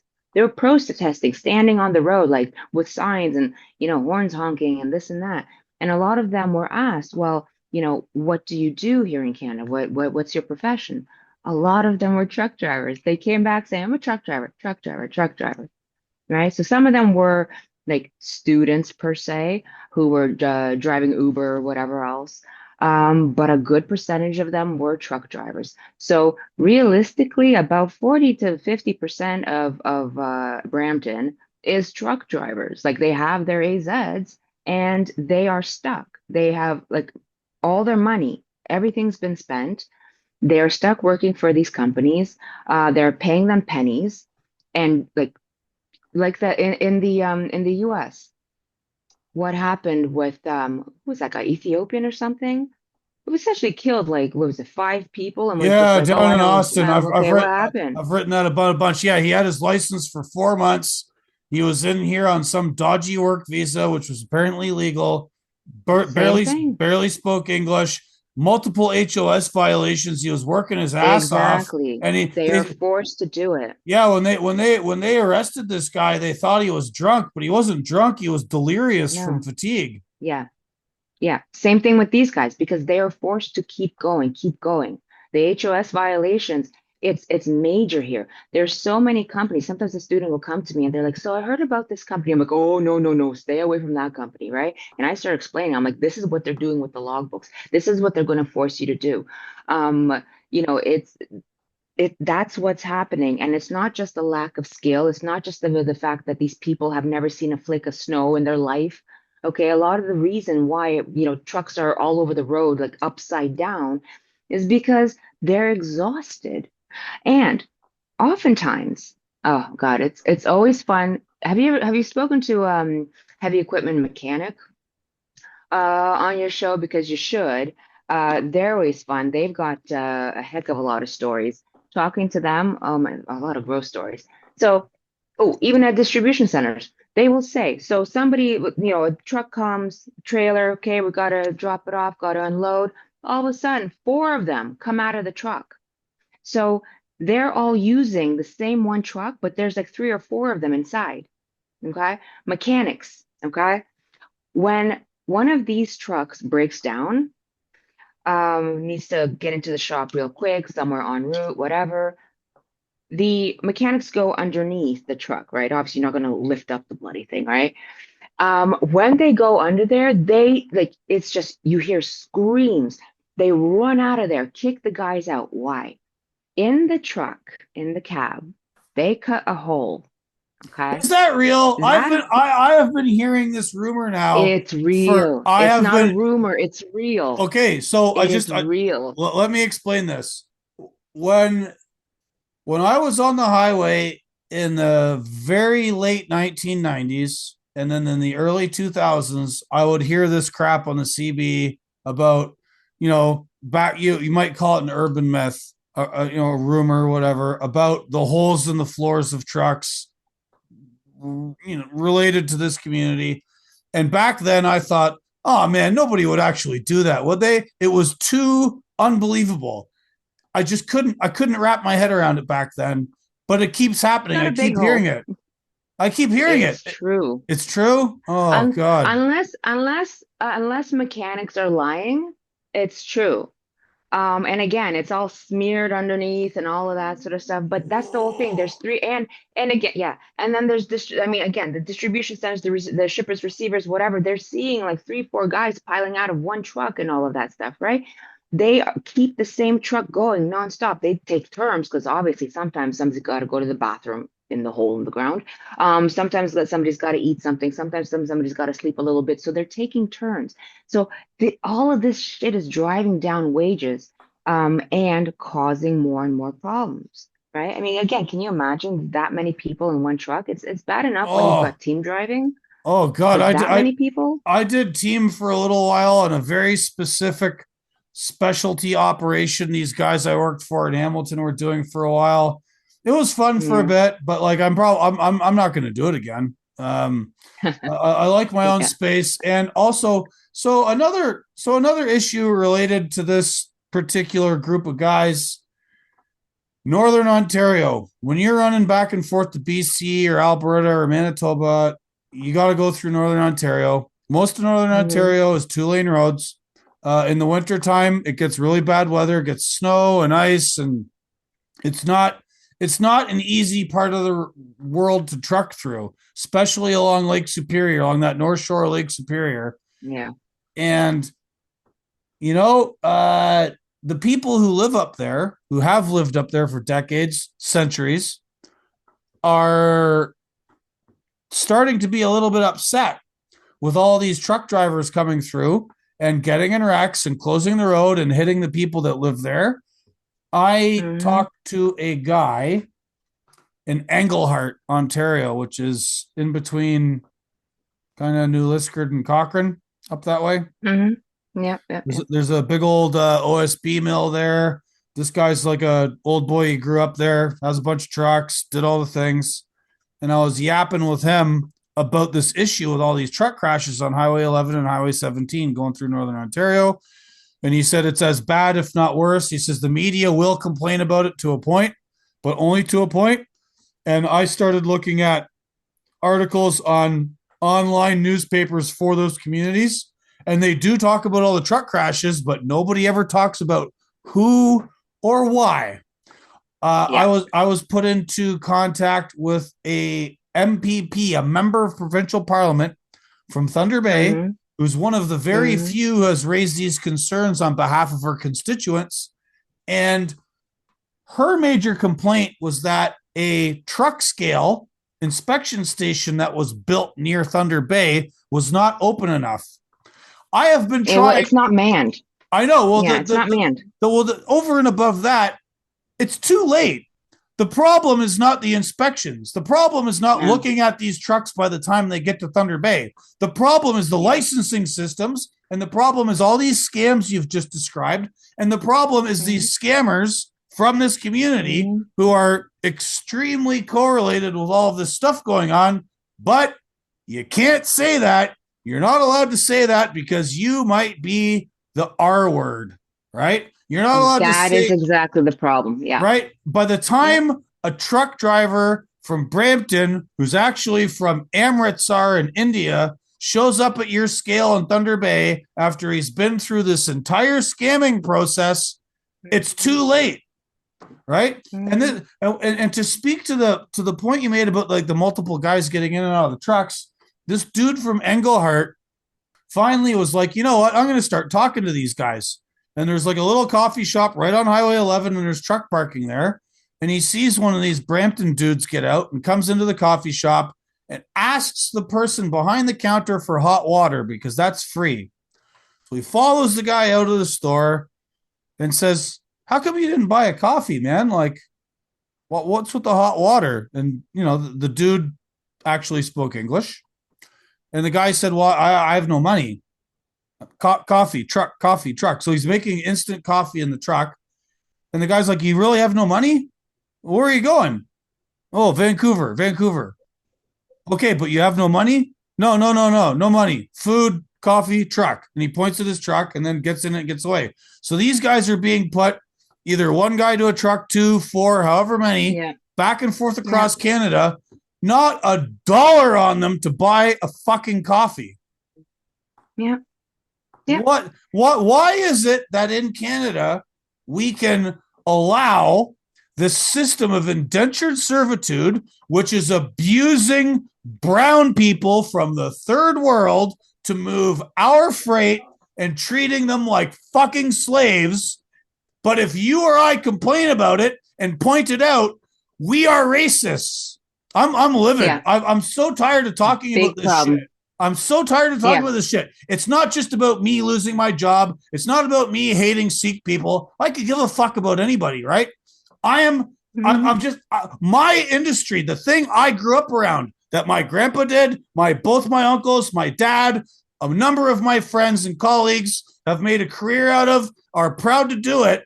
And the government is letting these fucking gangsters from India and wherever else parasitize themselves on the Canadian trucking industry, putting people who shouldn't be behind the wheel, and in the process of doing it, not paying them so little that they can't afford a fucking coffee. Like, I'm going crazy listening to this shit. Didn't the UN recently come out with something about Canada's student visa programs and you know, all this related stuff, saying that we essentially have slavery in Canada. You know, I mean, the UN came out against us, but you still cannot say anything. You still have to be quiet about it. I mean, the corruption goes with how these companies function, how crooked all these schools and all these people are. It gets worse. One of my students, I think it was like a year and a half ago, called me and he's like, "You would not believe," because they're all in touch with me. You know, these guys, they pass and they're driving, you know, 5 years now, and they'll still send me like in the middle. See, they never consider there's a time difference. You know, 3 a.m. I'm getting like a photo of them on the beach in California or something. I'm like, "Are you on vacation?" "No, they're just off unloading me down the street, so I decided to stop by the beach." I'm like, "Well, okay, can you send me that in the morning? Why do you have to send me that in the middle of the night?" "Okay, I'm sleeping." "Oh, are you? Oh dear." You know, it's winter up here. I'm like dying. It's freezing. It's like -40. And they're sending me, you know, Arizona. "God, it's hot out here." I'm like, "Shut up." You know, but they are in communication with me and they tell me everything they see. And he called me up, this one student, one time, and he says, and wouldn't believe what just happened to me. So I can't remember, it was in Canada. I can't remember which highway it was on. Another truck clipped him, right? So he should not have done this, but he went chasing after this guy, forced him to stop. Police were called out. When the police came, they got Buddy out of the truck, got his license. The dude on the license and the dudes who was behind the wheel is not the same dude. Beard, yes. Turban, yes. But this section, no. I mean, the guy behind the wheel was some old geezer, and this guy was relatively like, middle age or something. So yeah, he was taken away, obviously, but they do this sort of stuff too, even for like pre-employment road tests, right? So one dude, they want to get one dude into a company. They will send another dude who looks similar to that dude to go do the road test for him. This is why we always take a photocopy of the person's driver's license and actually take a look and do as best as we can a comparison, right? And then there's the names. They all have the same bloody last name or first name or only one name. And it's just like, who are these people? Who's taking the test? How are you keeping track of this? Who's good? Who's not good? How's the ministry keeping track of any violations or anything on their driver's abstracts, whatever else? If technically they're all the same person. Do you know what I mean? Like it's like Twilight Zone with these Right. guys. So another question. Oh man. So this goes back to the guy in Texas that killed those people. He was from Ethiopia, subcontractor to Amazon, right? The intermediaries between who's paying for the freight and who's actually hauling it. People in Canada, companies in Canada must be aware that this is going on, right? Like, there, if you're some company that wheels and deals in freight, if you're the end customer who manufactures and distributes whatever, and after a while you're like, well, that load you were supposed to get on Thursday got rolled over up near Cochrane, or that other load, that guy like went off a ditch somewhere in BC, or this other load caught on fire because it was involved in a head-on collision. Like, at some point, do the people paying the freight start asking, like, what the fuck is going on here? Right? Because, like, it's one thing for us to sit here and criticize this system, criticize the government, criticize these Indian gangsters who are abusing their own. And at the end of the day, though, someone's paying for this. None of this stuff is moving for free. And everybody either loads the stuff or receives the stuff. Like, in your capacity uh, in Toronto and working with these schools, and maybe this conference you went to, you should speak to as well. Is anybody involved in paying the freight, asking questions about what's happening here? Yeah, but in the end, it's all about profits. So lose some, win some, right? So on all levels, it's all about profits, right? Whatever losses there are, whatever insurance will take care of it. They have no choice. They have to pay high insurance, whether they lose or win, it doesn't matter. Sometimes they win more than others, so it all balances out in the end. They keep mum, but at the same time, again, it's the big R word and everything. They see themselves what's going on. And again, it was very evident from this conference. They keep quiet in fear because if your company or if somebody if it gets out that you are a bigot, even if not the full R word, if you complain at all or anything, first off, nothing gets done. Secondly, that's it. You're painted for the rest of your life. The company has to shut down. There's going to be protests and boycotts, and you know what I mean. So they just keep quiet, right? They have constructed their business in such a way that okay, sometimes we lose, sometimes we win. It'll balance out in the end as long as the costs remain low, right? So wages, other things they are offering to haul our loads for cheap, fine. Whatever losses there are, somebody's insurance is going to take care of it. They have no other choice. Either that or shut down the company because right now the lobby with respect to all the companies, the insurance companies, the schools, the government, all their government incentives, all everything they're pushing, the fact that the conference yesterday started with a land acknowledgement. I almost died. Oh, 8 oh, a.m. oh, I'm oh. like, guys, Well, hold too on a minute. early. Okay, so let's back up. You are at what do we call it? The Truck Training School Association of Ontario has their own Yeah. little conference about training truck drivers, and it starts with a land acknowledgement. hmm The chairman of the board, a Canadian, and mind you, they didn't do this last year. That's why I was like, what the hell's going on? They didn't do it last year. This year, a land acknowledgement. We confirm or whatever. Like literally, how you heard it, that's the way it is. Yeah, no, I've seen enough of them over the years. And the thing that's really hilarious to me about is this is a industry association that has been that ostensibly trains truck drivers for an industry that has been parasitized by people who are not from Canada. So we are going to acknowledge that this is stolen land. We are on unceded treaty territory, and we honor the original people who lived here by having this acknowledgement in front of a conference whose members' main business model is bringing more people here from other fucking countries to screw up the industry and kill people while they're here. Like, Hmm. I levels of absurdity that like Albert Camus or Franz Kafka couldn't even come up with. Like, this is just Yeah, nuts. yeah, yeah. I know where this is going. And it further, okay, so that was like, I'm like, okay, so I mean, all right, this was a one-off, maybe, okay, fine. I don't know. I mean, I was confused. I didn't have nearly enough coffee that morning. I'm like, okay, I'm gonna let that go. I let it go.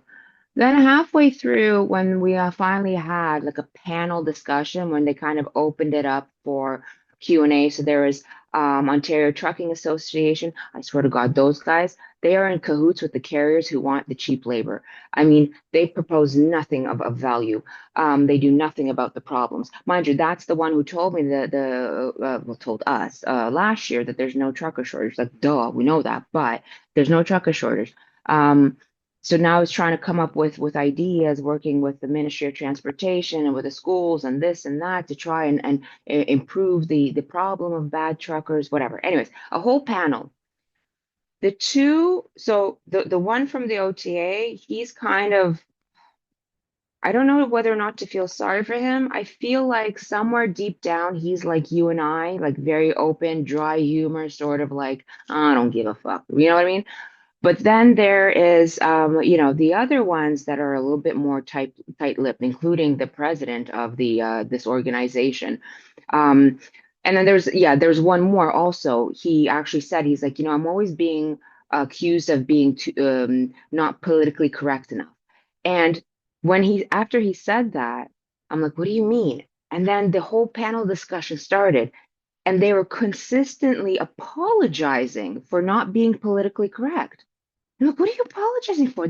Like, what? You didn't say anything bad. I'm trying to catch. I'm like, where's the bad word? Like, I don't understand. What did they say? Why are they constantly apologizing or saying, sorry, I don't mean to offend anyone? Who are you offending? What are we talking about here? Does it seem to you that these people who speak like this, who do land acknowledgements and are apologizing for potentially offending someone, are going to resolve any issues in the industry? No, they're not. Okay, because they, right there within their own little community at this conference, are too afraid to speak up and say something, right? They have these plans, for example, of first, the MELT program has to be expanded. Okay. So the fact that in Ontario it's a minimum 103 and a half hours of training, other provinces have more, other provinces have less, like no New Brunswick, Nova Scotia, I don't think they have anything at all. Um, so they want 200 hours, right? But they want more time behind the wheel. They want more time here, more time there, whatever. Okay, fine. In my school, we have 4 programs. One of them is the 200-hour program. So that's perfectly fine. We have no issue with that. But but it's going to be extended into 3 months then instead of 2 months of training. Okay.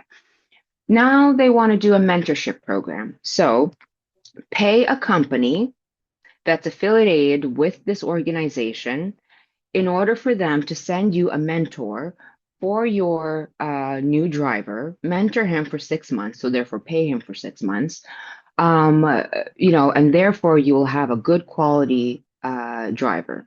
And the insurance company, because the Canadian Board of Insurance Board was there, also had a representative, and they're like, yes, we like this idea.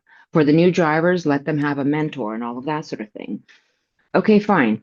This is all going to cost, which means How are these schools that are doing $4,000 whatever programs going to do all of this? They're not. They're not going to do all of this because they're going to keep sending their Brampton people to their Brampton companies. And again, Brampton, just like Toronto swallowed up and became the GTA, Brampton is now eating into Milton and Mississauga and all those regions, right? So it's like these two, it's gross. Whatever it is, it's gross. They're like merging into this blob.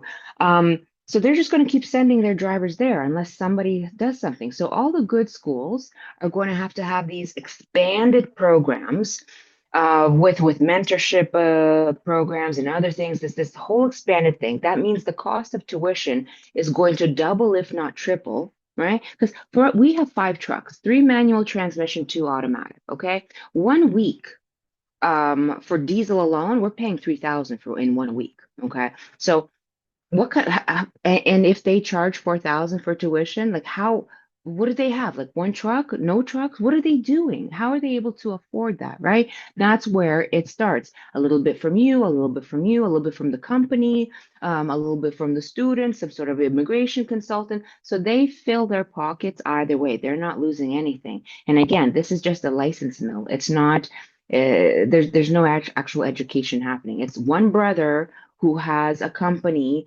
needs drivers, so the other brother opens a school to pump out the drivers to fill the spots, the trucks for this other brother. I mean, it's all within the family. But all they're doing, this organization that's supposed to be taking care of trucking schools, is layering on more and more and more bureaucracy, while at the same time benefiting themselves, their own pockets. They want to do certification programs for instructors. So if you were a trucker for 20 years, you're ready to retire, but you want to do semi-retirement. You want to pass on to the next generation. You need certification. Sure, great. The type of certification they're talking about is they're going to create some online courses online. So there's no road tests or anything like that. Online courses, you pay, 250 for like the base model, general instructor. You pay like 300 for like master class instructor. You pay them money. Everything they suggested. They're building a jobs network for their own. It's for the people in the Yeah, government and people and consultants. It's a yeah. new. They're basically taking a problem and instead of actually Mhm. addressing it with what needs to be done, they're layering on a bunch of bullshit that costs more money to buy more people jobs, so they don't actually have to have a real job. No, exactly. It's like these guys are union bosses. They're just doing everything to take away, And so when they started presenting all this, a lot of us schools, even some schools who are like, 30 years or 40 years in the business, I was like the first one to grab the mic and I said, okay, so this is great what you're suggesting. I'm totally on board with, mentoring, the old generation needs to teach the new generation, keep that culture, that tradition going, et cetera, et cetera. Fine. But the theme of this conference was supposed to be what to do about the bad schools that are destroying us. Like the good schools are shutting down. Humber College had a whole program for AZ. A couple months ago, they shut down that program. They stated because they're not able to get enrollment. They're not able to get students in. Why? Because everybody's going to the cheap schools. They can't afford it. They can't get enough students enrolled. They shut down. Humber College, big college, shut down. Okay. Other schools slowly shutting down, but it's not the bad schools. It's the good schools that are losing out. We are like, by the skin of our teeth getting by sort of thing, but we have very good reputation. A lot of the well, I mean, I'm like, YouTube here, there, whatever else. But a lot of our students do referrals, right? Somebody will come to talk to me. Oh yeah, so and so told me to talk to you. I'm interested. What do you think? And tell me about the industry. Let me decide, whatever. So I do a whole 2 hour long consultation, telling them start to finish the entire Canadian industry, how that translate over into the American industry, what it's all going to take, and all that, right? So these people are essentially screwing their own membership. I'm like, why are you talking about additional layers about, mentorship, this, that, whatever else, certification for instructors that is not mandatory because the government, nobody's going to force them to do this. The government has not said that this is mandatory. These are your ideas. This is not going to help get rid of the bad schools. Why are you not petitioning all levels of the government? Because realistically, it's not just Ministry of Transportation. It should be the IRCC, right? So the immigration, okay? It should be RCMP even should get involved in this because there's the pipeline of, immigration consultants to bad schools, to bad companies, to wrecks on the road. That needs to be investigated thoroughly. Human trafficking, drug trafficking. Hello, they're all the Brampton folk, Man, right? I wrote an article on my Substack a few months ago about this when Trump was making all that noise about tariffs and fentanyl. And I had Hmm. already seen a number of news articles here in the US about Canadian truckers getting busted at the border or busted Yeah. by enforcement officials in the United States. And I just went through a whole list of all these news articles, and every single name of every single truck driver that got busted moving product north, south, at the border, either direction, you name it, was all the Brampton. It Hmm. was all the Brampton guys. And Yeah. the picture became clear to me from my sort of investigation into the scams and what you're dealing with, that over and above the trafficking in humans from India to drive trucks here to extract value from them, a number of these Hmm. guys are also narco traffickers. And man, who's an easy mule that you don't have to care about? Oh, this guy just got off the plane from India. I don't know his family. I don't care. Whatever. Hmm. Here, you take the small shipment that we're gonna like rat you out and get you busted, and then the big one's Hmm. gonna go by, right? Yeah. And so Yeah. Exactly. there's a pipeline of drug mules from India to here. Never mind truck drivers. They're literally Hmm. being brought here as drug mules. And what's the government doing Yep. about it? Nothing. Nothing. In fact, they're too busy, complaining and whinging about Trump, right? Well, the figures he gave are not true. Well, maybe it's not, the way you think it is, right? Like it's not that exact route. I mean, but the fact is, it is a problem. Everybody sees it. It's been in the news for how long, how many times? So they're so busy whinging about Trump that they're not doing anything. They don't care. And again, a lot of these people, the Brampton folk, are in all levels of government.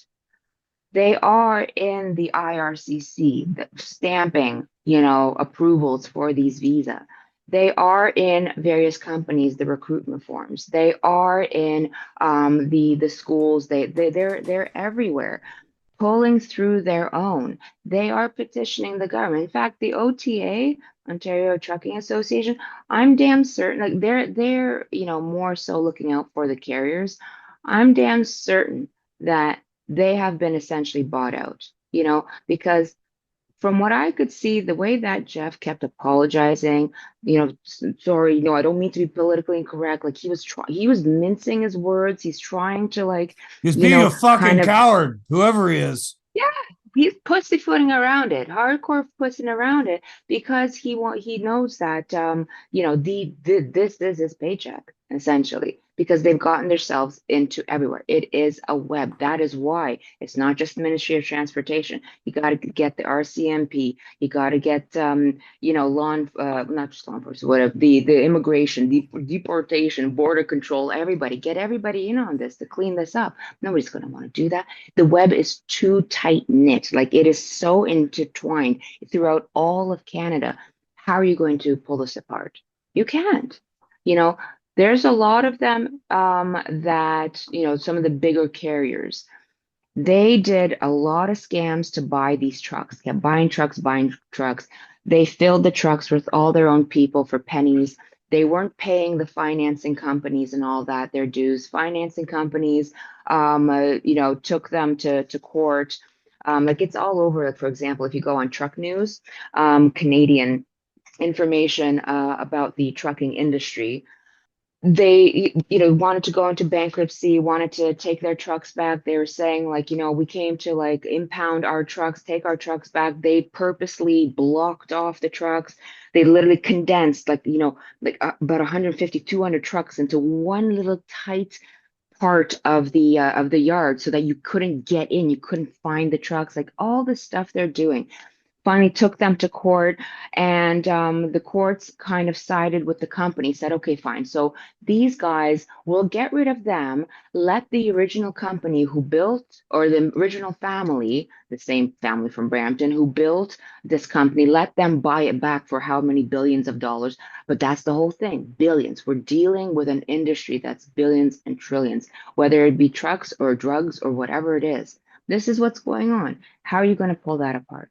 Right? So now all the good schools, like I said, they're like, we can't survive, right? And I told the guy, I said, why are you talking about all this? What about the bad school to bad company to wreck on the road pipeline? What are we doing about that? He started talking around the question, like, you know, trying to refocus it on how nice that we're going to have like mentors and whatever. I'm like, that's not going to save us.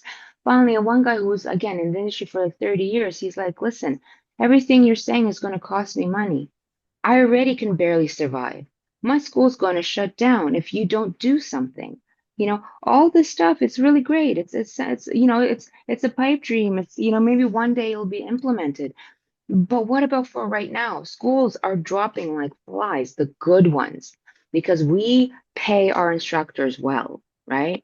We train our instructors, we train our students. Oftentimes, our students, if they, I mean, per package, it depends. Sometimes they have included 2 road test attempts, 3 road test attempts. Then they, if they still can't, I recommend to them, maybe this industry is not for you, but that's just me. I'm blunt.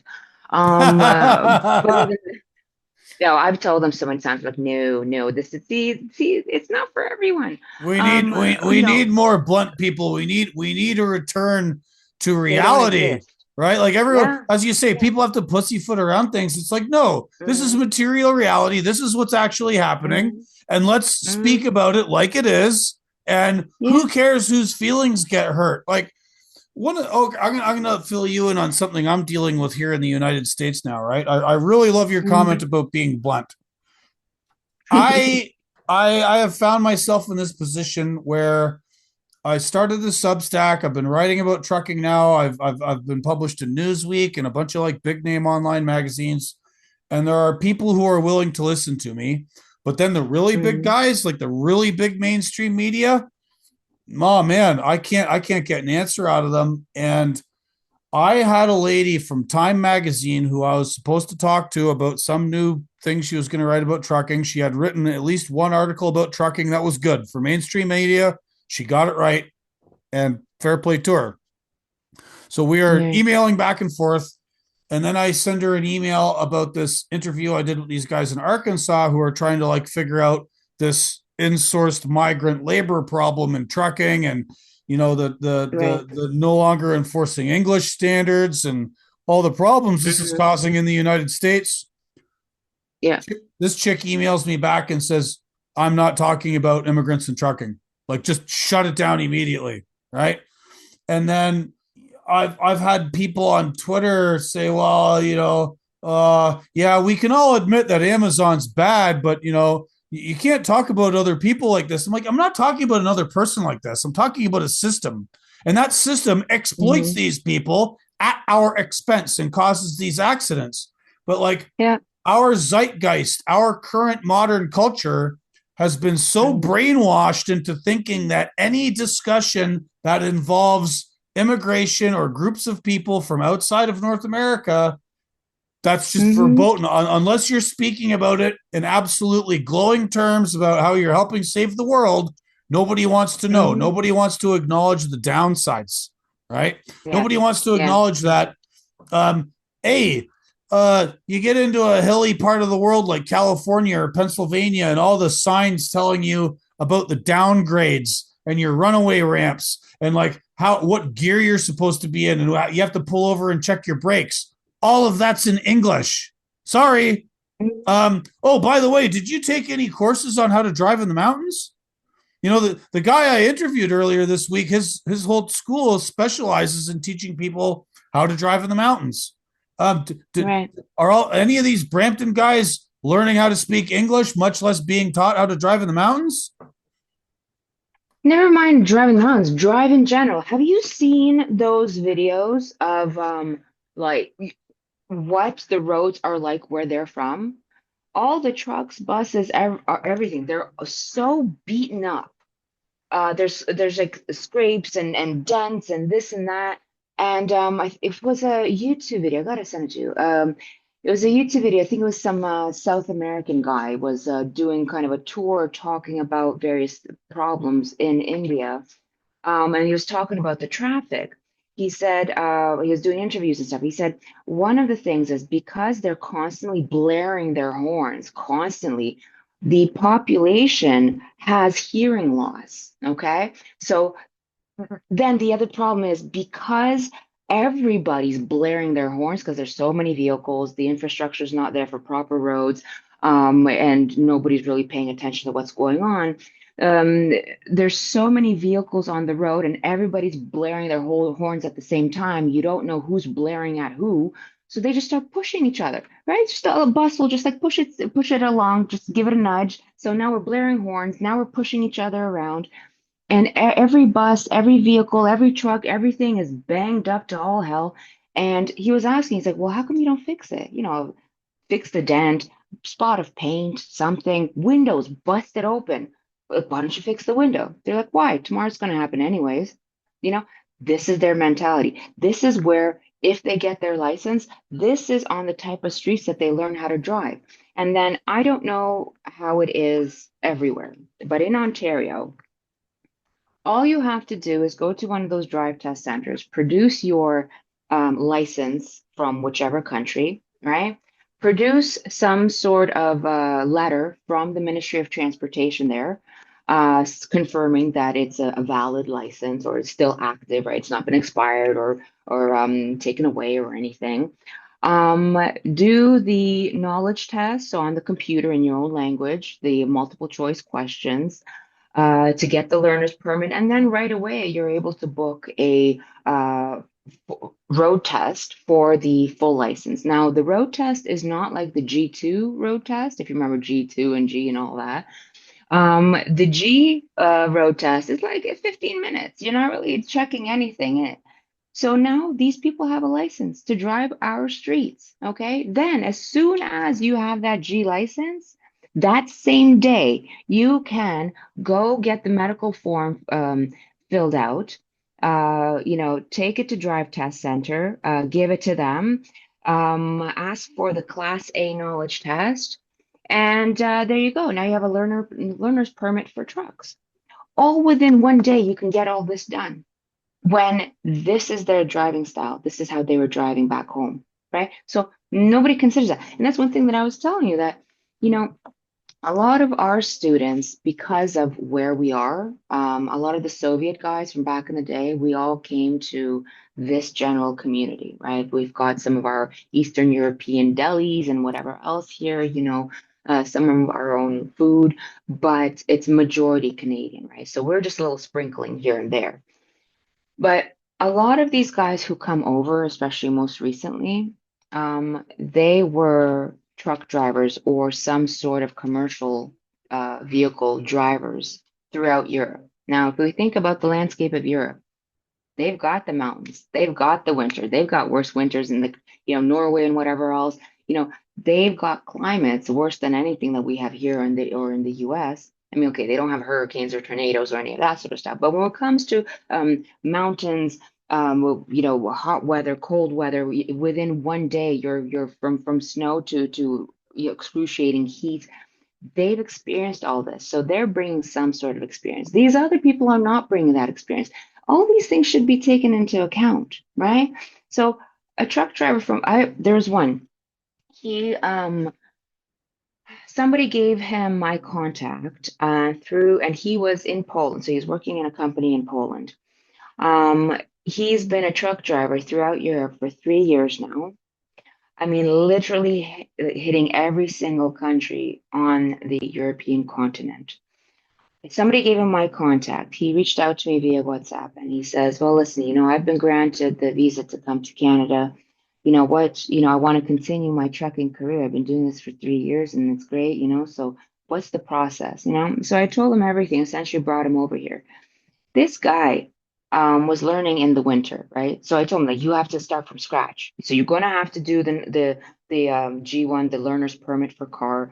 You're going to have to do the road test for car, then the medical, the knowledge test for truck. You're going to have to go through the entire 2 months, of 3, 4 lessons per week, each lesson 2 hours long of training, 2 weeks in the classroom. You're going to have to do all of that all over again, as if you don't have um, any kind of experience at all, right? When he finally got to the point of we were starting lessons now, 2 weeks in the classroom done, we're starting lessons now.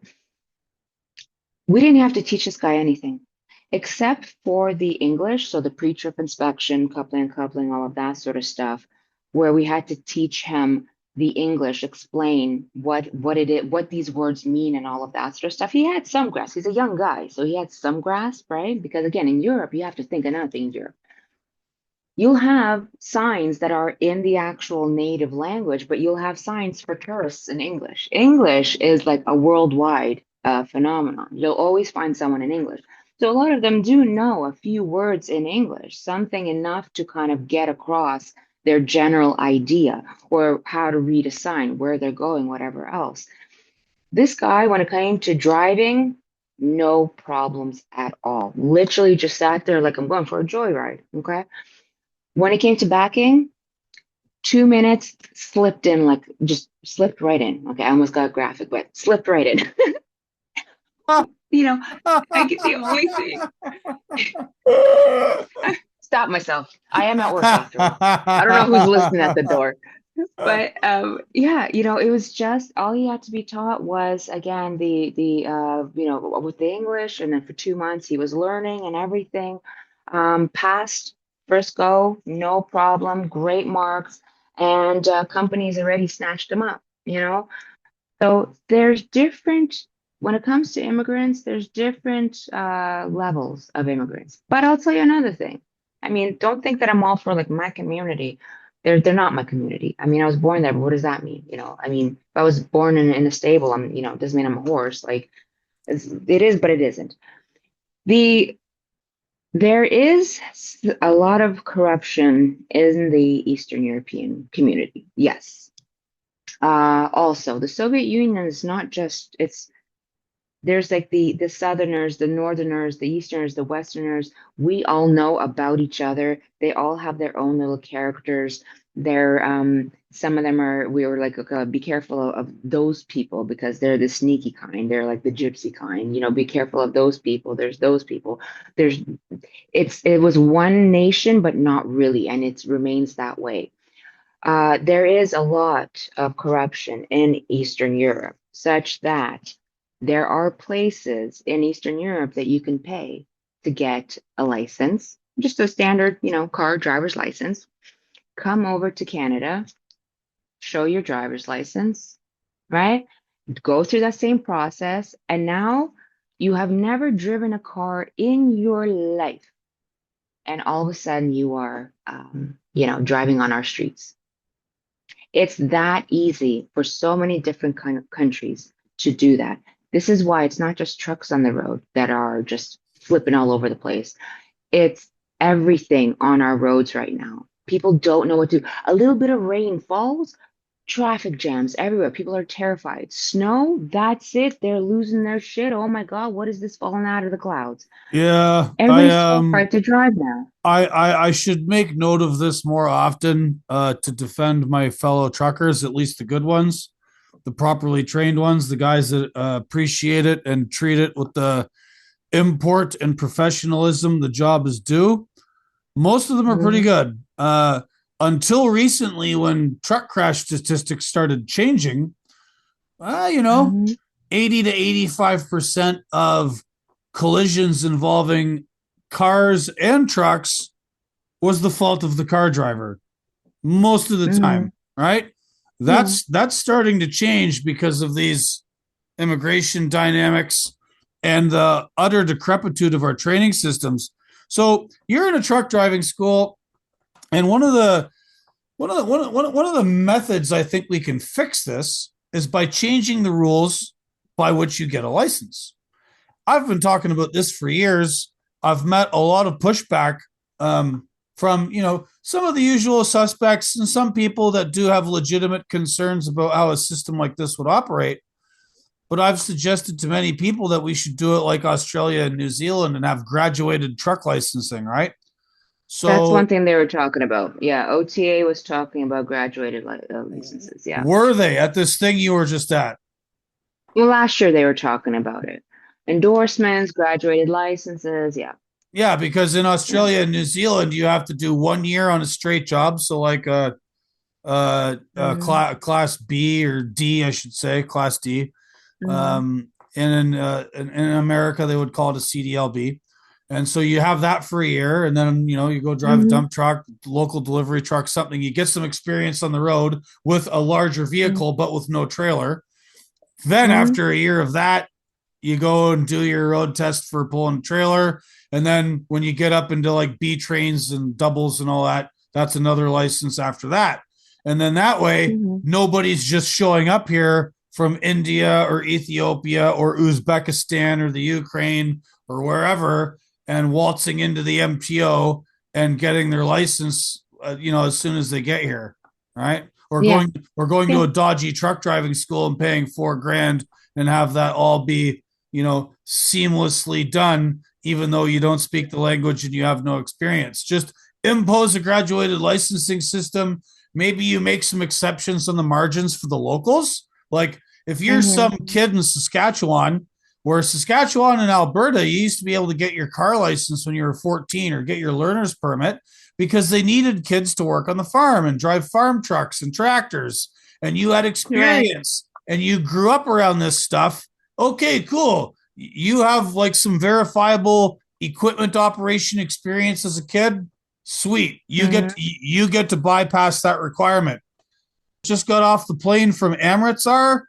No, sir. You must go through the graduated system. You have no idea what you're doing, right? That might sound like discrimination, but discrimination based on experience in a safety critical job is not discrimination. It's saving Hmm. lives, right? Hmm. Yeah. The airline industry, everybody must speak English. Everybody must have hundreds, if not thousands, of hours of practice before you graduate to different levels of the airline industry. Hmm. People, this helicopter crash that happened yesterday or the other day in New York City. A helicopter just like the rotor came off and the thing falls in the Hudson. Secretary Duffy, Transportation Secretary, President Trump, everyone's talking about it. Okay, that's terrible. 6 people got killed in that helicopter crash. I'm very sorry for them. 6,000 people a year get killed in truck accidents in the United States of America today, Yeah. right? How Hmm. many is that per day? Yeah. Yeah. It is really bad. I mean, they're all speaking different languages. Nobody's speaking English. You know, it's they're not nobody's in technically even in Canada, all the rules are there, all the laws are there. It's just nobody's enforcing them. Technically, everything could be fixed very quickly, without, the need of graduated licenses and all that. But because they will not, they're too afraid to approach it right at the root because, they'll be labeled. We have no other choice but to push for that. But they're not going to do it because, again, it's all about the lobbyists. All of these organizations who are in the pocket of the big carriers and all of that, they're going to silence any such a push. There has to be absolute, like, and we use the word carnage, but actual, I mean, you can't hide it, carnage on the road for something to actually be done, for the lobbyists to not have some way to get by it, some way to talk it away. Right. So when you were at Um, this when you were at this TTSAO conference, um, was all of the increased truck crash statistics, the carnage, as you call it, which is especially prevalent in Northern Ontario. Was that on anybody's lips? Was anybody talking about this at all? It was more discussed last year again when he, you know, let it out that there is no trucker shortage. This year, it was he would just talk about mentorships and graduated licenses and endorsements based on the type of vehicle, that sort of discussion. But because the Insurance Board of Canada was there, they did talk about kind of the problems, but they were talking more from the perspective of the carrier themselves, meaning they, interviewed and surveyed all these various companies and what was their main complaint. And the second most important was the training of the drivers. That was it. So nothing else really. Like the carriers don't seem to care so much. They really don't. They just need their cheap labor. They need butts in the trucks and the loads moving. That's it. How often do you get to discuss these things with Canadian insurance companies? I've talked to an insurance guy here in the US and a trucking lawyer. What's the feel in Canada if you have any experience with those conversations? With respect to the insurance, not really. Not really. I know that, you know, they are shocked at the statistics as it is. Therefore, they are charging more. They are trying to incentivize the carriers to, do different courses, different programs, different certifications, whatever for their drivers. If it's a brand new driver, there's, particular terms that they have to go through before the driver's approved for to be insured and therefore hired. But the problem is the Brampton folk, they are in every industry, including the insurance one. Therefore, maybe the big guys, the good guys, they will like, jump through those hoops in order to make sure the insurance is good and it's lower and whatever, in fear of not being insured and losing their business. But the Brampton companies, they already have people on the inside. They don't have to do any of that sort of stuff.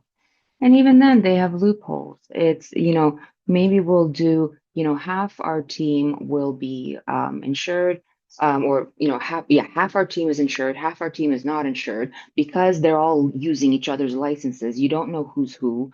It's the insurance companies also don't know what to do about it, and they also are being very, very politically correct about it.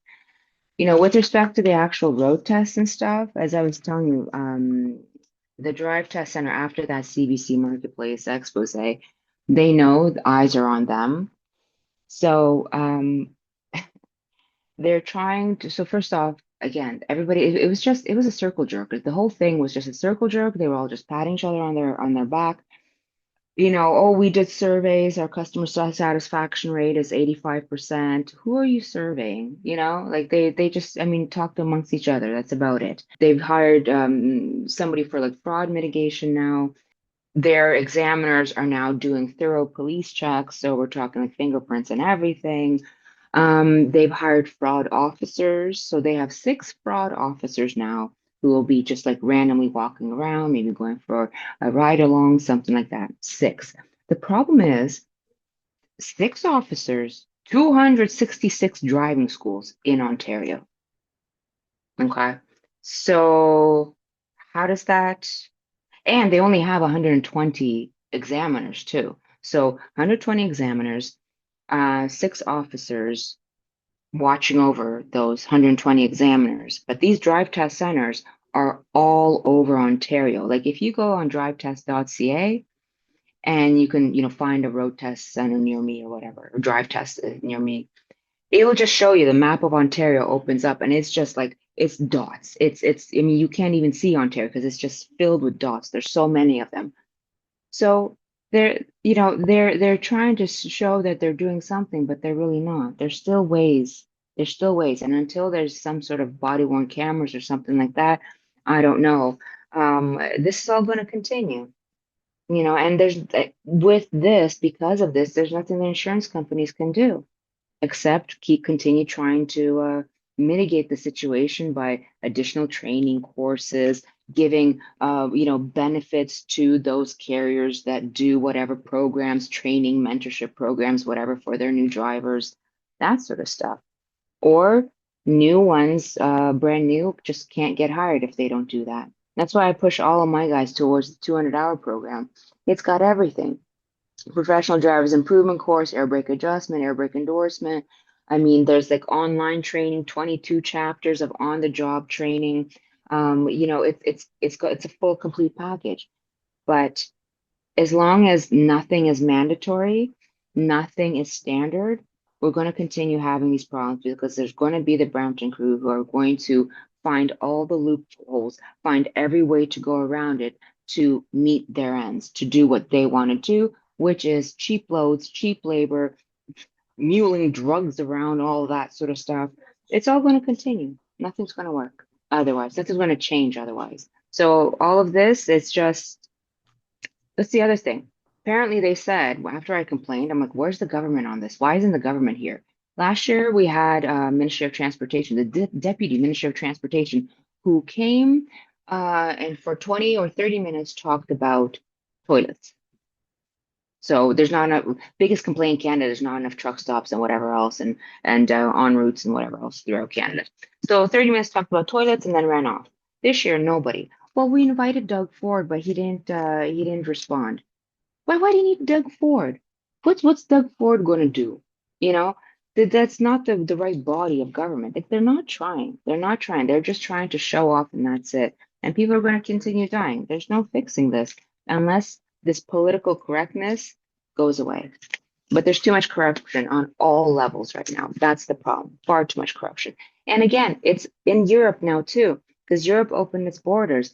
They see that, for example, yes, from like Pakistan, from India, from Philippines, from all these countries, from Africa, all these people are willing to come drive truck throughout Europe at like a fraction of what the European truckers want. The European truckers have protested so much and nothing.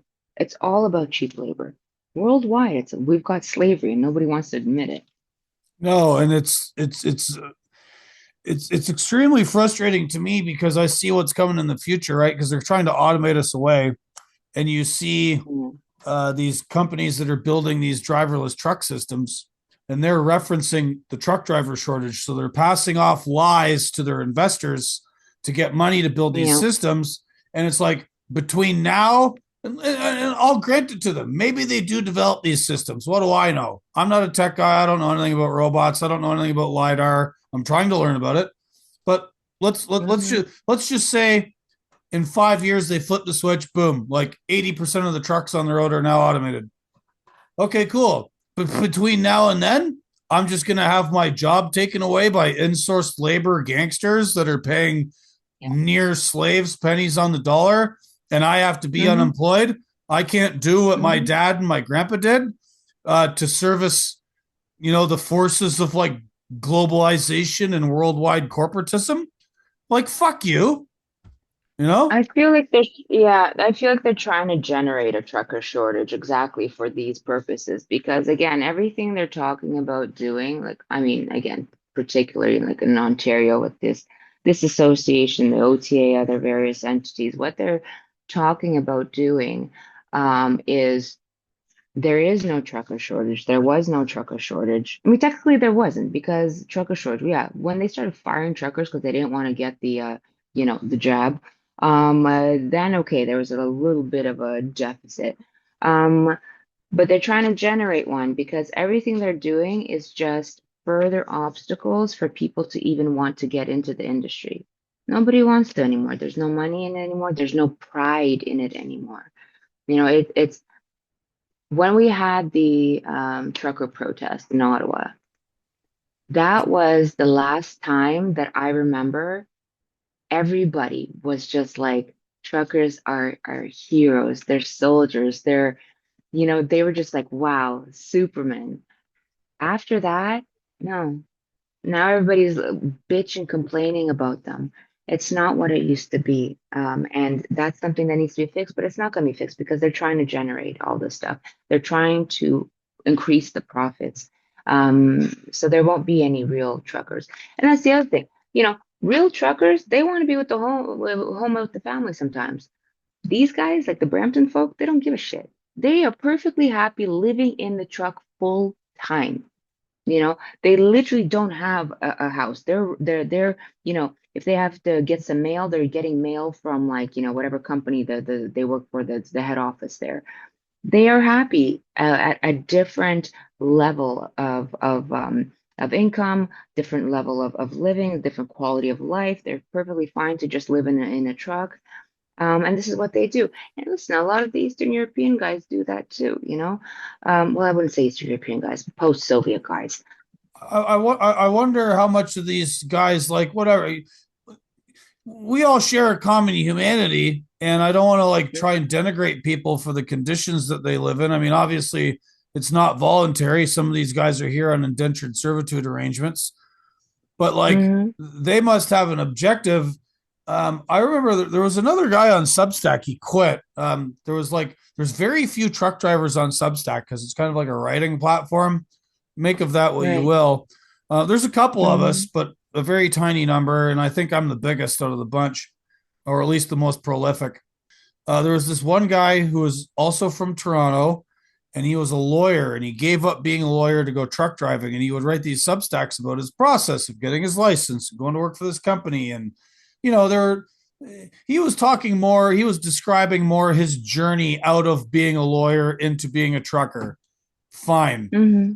His politics were kind of opposite of mine. That's fine. Whatever. I just found I observed some things in his writing that I thought were very interesting. He talked about working for a big company that hired him once he finished his truck driving school, and that this big company, a Canadian legacy carrier that's been around a long time, who were starting to hire the Indians that didn't want to work for other Indians anymore, the Brampton Yeah. Crew, so to speak. Yeah. And a lot of those guys he would describe in his writing were coming and going from India constantly. They would come here, Mm-hmm. work for a month or two, three, five, six, whatever. And then boom, they're going back to India. They were like finding a wife, figuring out how to get their family here. And even the Mm-hmm. big carriers, even the big established carriers who are not necessarily the Brampton Crew or even affiliated with them, were accommodating these guys and turning the Canadian trucking industry into a work camp for temporary guys from India. And they were happy to figure it out because to the big carriers, it's like, okay, cool, I got a bum in a seat. And like they're part of the problem too, because they're incorporating this mentality of like, we don't care about trucking. We're just making money off of this. And I'm building a house in the Punjab, or I'm going to bring my family here to Canada or whatever. Well, Right. yeah, you got to remember another thing also. Again, government incentives in that, temporary foreign worker, visas and this and that, whatever else. The government was giving money for every company that was hiring some of these people. So it's like they were making bank. The profits they were rolling in because sure, okay, we will do whatever you want. Okay, just come work for us. We get our government subsidy, and there you go. Even with to pay for tuition, right? There are grants like the Better Jobs Ontario and whatever else. These caseworkers, these government people, first off, my God, I want to tell them off so badly. These caseworkers, their paycheck is my tax dollars. Okay. They are rude, obnoxious, abusive on the phone with us. It's like, who do you think you are? They have no concrete, of like sort of a list of what exactly it is they need. So every single one who calls needs some sort of different paperwork, wants to see the paperwork in some sort of different way. It's like, dude, here's an acceptance letter. That's it. You want to join the school? Sure, join the school. Um, But then the caseworkers call, I want, no, no, I want this, I want this. I want to see it like this and not like this. And how come you don't have this? What do you mean you don't have this? What kind of outfit is this? Why are you guys not professional? What is wrong with you? It's like, who are you talking to? You are a public servant. You are, my taxes, half my paycheck goes into your pocket, and you're talking to me that way. Like, so this is the caliber of people that we're talking about. And again, their job is to basically approve someone to get a grant for tuition to get a commercial license. So, better jobs essentially is somebody who's either unemployed or maybe like through unemployment insurance or, well, yeah, unemployment insurance, or they want to change careers. Perhaps they have a job, but it's not full time, it's part time, so contract something. So they can apply through the government, fill out a whole whack of applications. They'll have to approach about three different schools, do consultations with them, get information from them, choose a school they would prefer, give it back to this entity, Better Jobs Ontario, get to the caseworker. They will look through everything. It goes through like three different departments, so it takes up to 3 months. And then all of a sudden, there you go, stamped and sealed. Here is your money. So they will pay about, well, essentially $9,000 for the advanced program. But the question is, okay, if it's somebody who's hard up, somebody who's meant to be a trucker, sure, it's in them. It's you sometimes you can actually you just see it, you feel it. Okay, fine. I will sacrifice my tax dollars and help you get your tuition. Sure. The people who they are sending is anything but that. We had one guy, and I can just tell him, like, this guy is a trucker. I know it. He's like to his core, like real salt of the earth people. I'm like, he could do this. Applied through them, denied. The type of people who they have sent us. Again, I'm not going to beat around the bush on this. One guy, 70 years old, I think 72, let's say 70. 70 years old, limps, like he's got a really, really bad leg. One eye looks straight, one eye looks elsewhere. Okay. Glasses. So, like, he can't even walk a few steps without huffing and puffing. They gave him $9,000 to get the license. Eventually, he got the license. He had to try, I think, about like 4 times or something like that. Eventually, he got the license on automatic, not the manual transmission full license, automatic restricted license. And now he's complaining that he can't get a job. Problem is, these Better Jobs Ontario, they put it on the school. If the school cannot help this person get employed, the school is the problem.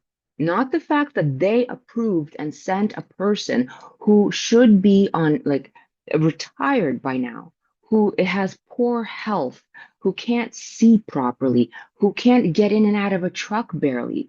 Which company is going to hire this person? You know, this is the caliber of person they send. Another guy, I would say he's probably in his like mid to late 20s. Very large. Like we have in our classroom. I don't know if you want to see it. I can like, show it around, but it's like the old school single chair, and then there's like the flap of a desk that comes down. He couldn't fit into that. Okay, we had to get a special chair for him because he couldn't fit in. He was like falling over the both sides of the chair. To get in the truck, our instructor was standing there in front of the truck, praying to God that the thing stayed upright. Because as soon as he grabbed hold to try and pull himself in, the whole truck went, who's going to hire this person? Who's going to insure this person? A few weeks into it, now he's into probably like his second, third lesson. All of a sudden, his mom comes and says, well, he's having problems with anxiety and all that. He's not, I mean, he's on his medication, but sometimes he forgets. He's got anxiety problems. So, he's going to pause the program for a while. So we've got people with anxiety issues, mental health issues, we've been sent people who have brain problems. They've had like strokes, other various things. So they're not okay in the head. We've had people who are literally psychotic. One dude would sit there, giggle to himself. He was very aggressive. He threatened me numerous times. He threatened other people. He was threatening students. None of the students wanted anything to do So with him. what you're saying And here is that the government is granting money for people to get a job, but the people they're sending you with these grants have not got employment anywhere else for all these reasons. And once again, the government's just like, well, they can be a truck driver. Here you go. Right? That's yep. how that shows you how disconnected our politicians are from what the Hmm. job entails, any respect for the people who do it, and they just view us as human resources slurry. Yep. Like just Exactly. move people around. Doesn't matter if you're physically incapable, doesn't matter if you're mentally capable. Well, you need a job. We gave you money to go get a job. We're helping. We're helping. Hmm. Yeah. Okay, Yeah. great. Yeah. Right. But that's that. I mean, again, why are our taxes so high? There. That's why. And it's never ending. The flow is never ending. I mean, it used to be only for AZ. Now they're trying to do it for DZ, BZ, everything. They're just throwing money at it. And the people are coming in. It's like, who is going to hire you? You know, it's it's very, very, very concerning because sometimes they do get through, they do get hired. And that's again, so it's not just the Brampton folk, it's these people also that now become a hazard on the road. This is not like a Red Seal profession anymore. It's not like an actual trade anymore. They have, you know, they've turned it into a circus because nobody understands what it is anymore. They don't make movies about trucking anymore to actually teach them what it actually is.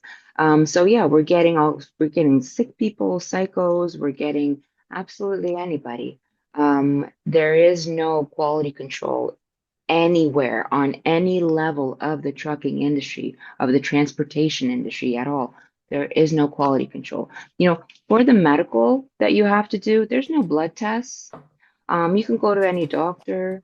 There's no, piss in a cup like you would if you were going to go work at a carrier. They got a drug test you and stuff.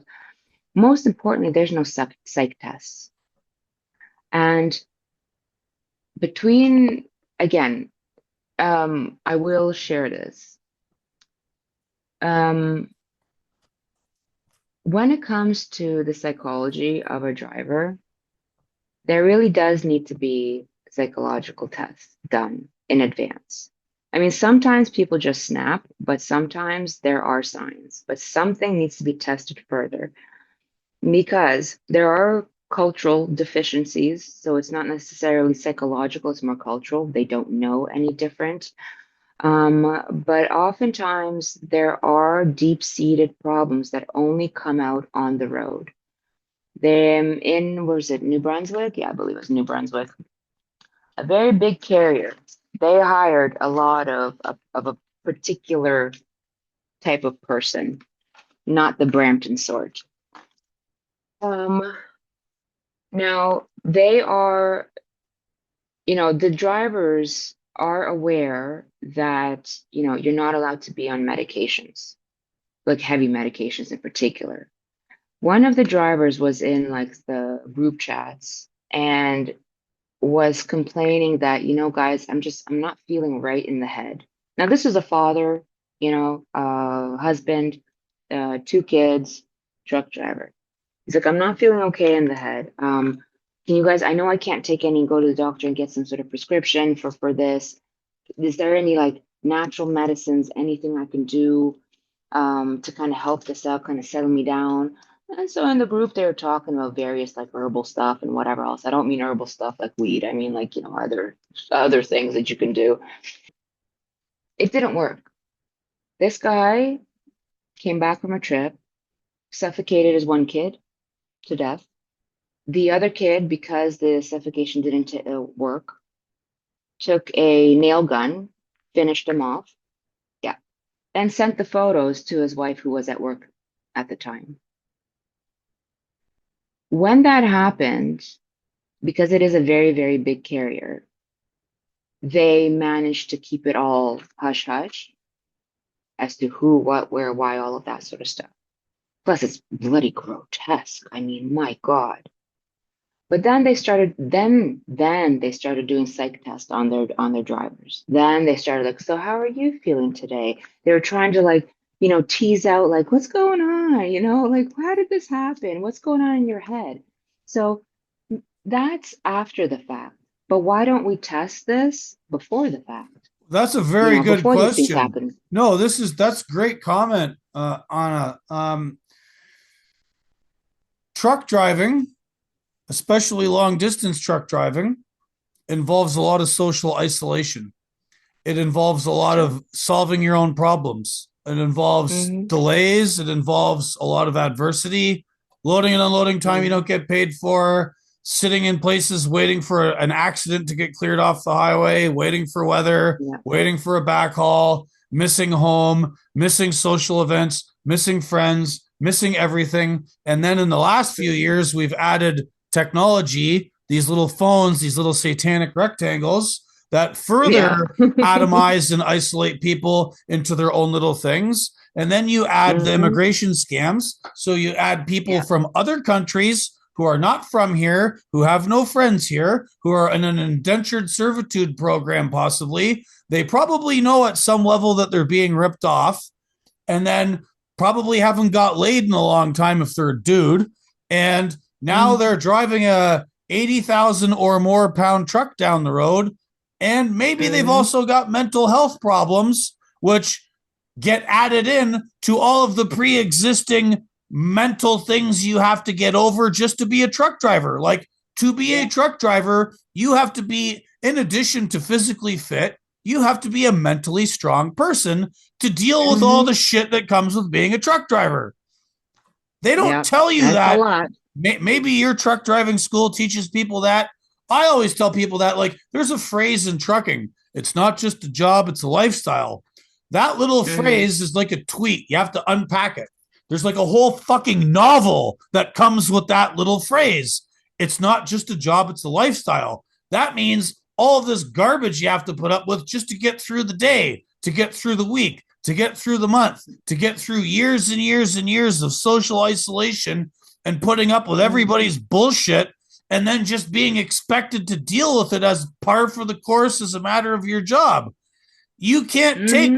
you cannot take mentally unstable people and put them in this job and then expect it to work out. It's not happening, Exactly. right? No, no, no. And again, so like we already had one dude who he actually got violent and like the cops had to be called.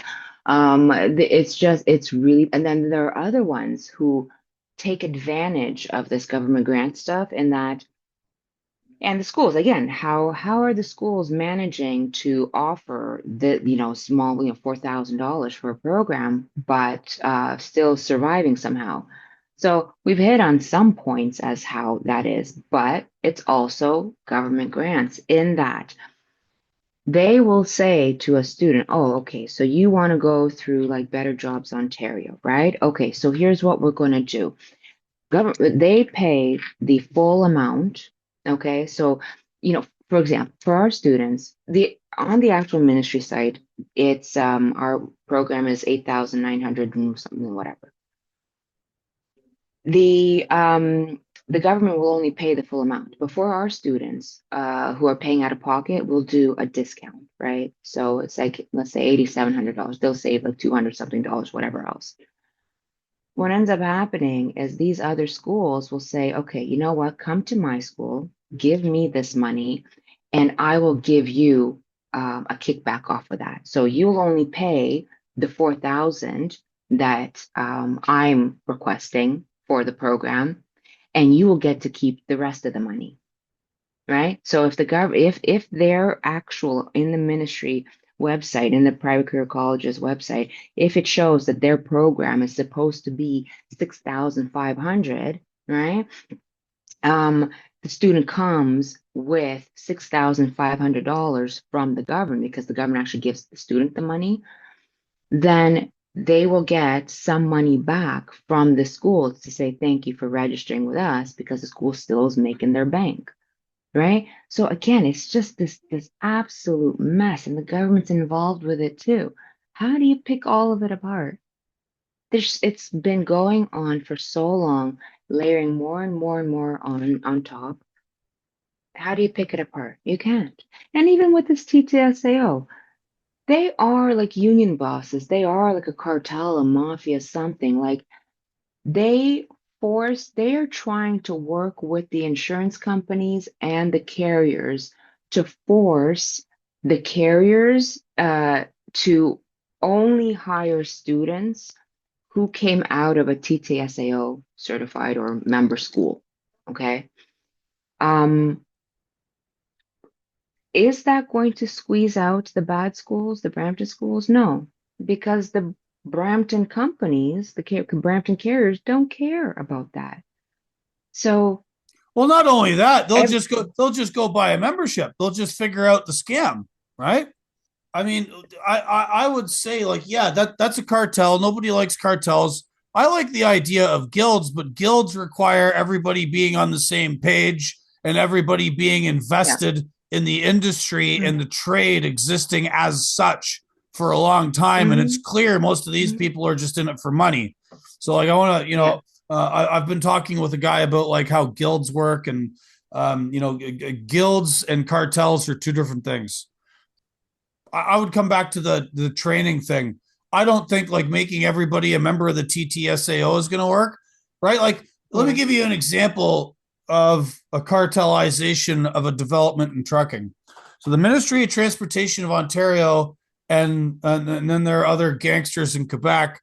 Uh, they started running doubles down Highway 20 and Highway 400, 401, sorry, 400 series highways, where they started running like 248s, 253s, and started making that Mm-hmm. available back in the day. Yeah. Um, they do the same thing out west, right? Along Highway 1 between Calgary and Winnipeg, and then number 2 between Calgary and Edmonton, and then in certain parts of Saskatchewan. So they'll have doubles. But what they did is that in order to get to be a part of that, you had to be a member of the Ontario Trucking Association or one of the ones out west. And then, in Mm-hmm. order to get an endorsement to pull doubles, your endorsement was attached to the trucking company you worked for. That may have changed in Ontario. It's been a long time since I've back there. Maybe you know more about that. But that's like, it's building a cartel. And then they didn't pay those guys all that much more. Like, you're pulling 253 footers down the street, and maybe you might have got a 7 cents a kilometer premium or something. Like, that's not enough. Mm-hmm. And then if you quit working Mm-hmm. for one company, you have to go and do it over again because the Yeah. company would hold your endorsement. They're just Mm-hmm. cartelizing the whole thing, right? Yeah. Yeah. Yeah. No, that's exactly it. Um, the other things that some of these carriers, again, we can't just blame the schools or the communities too, because it's the carriers that are very deep in it.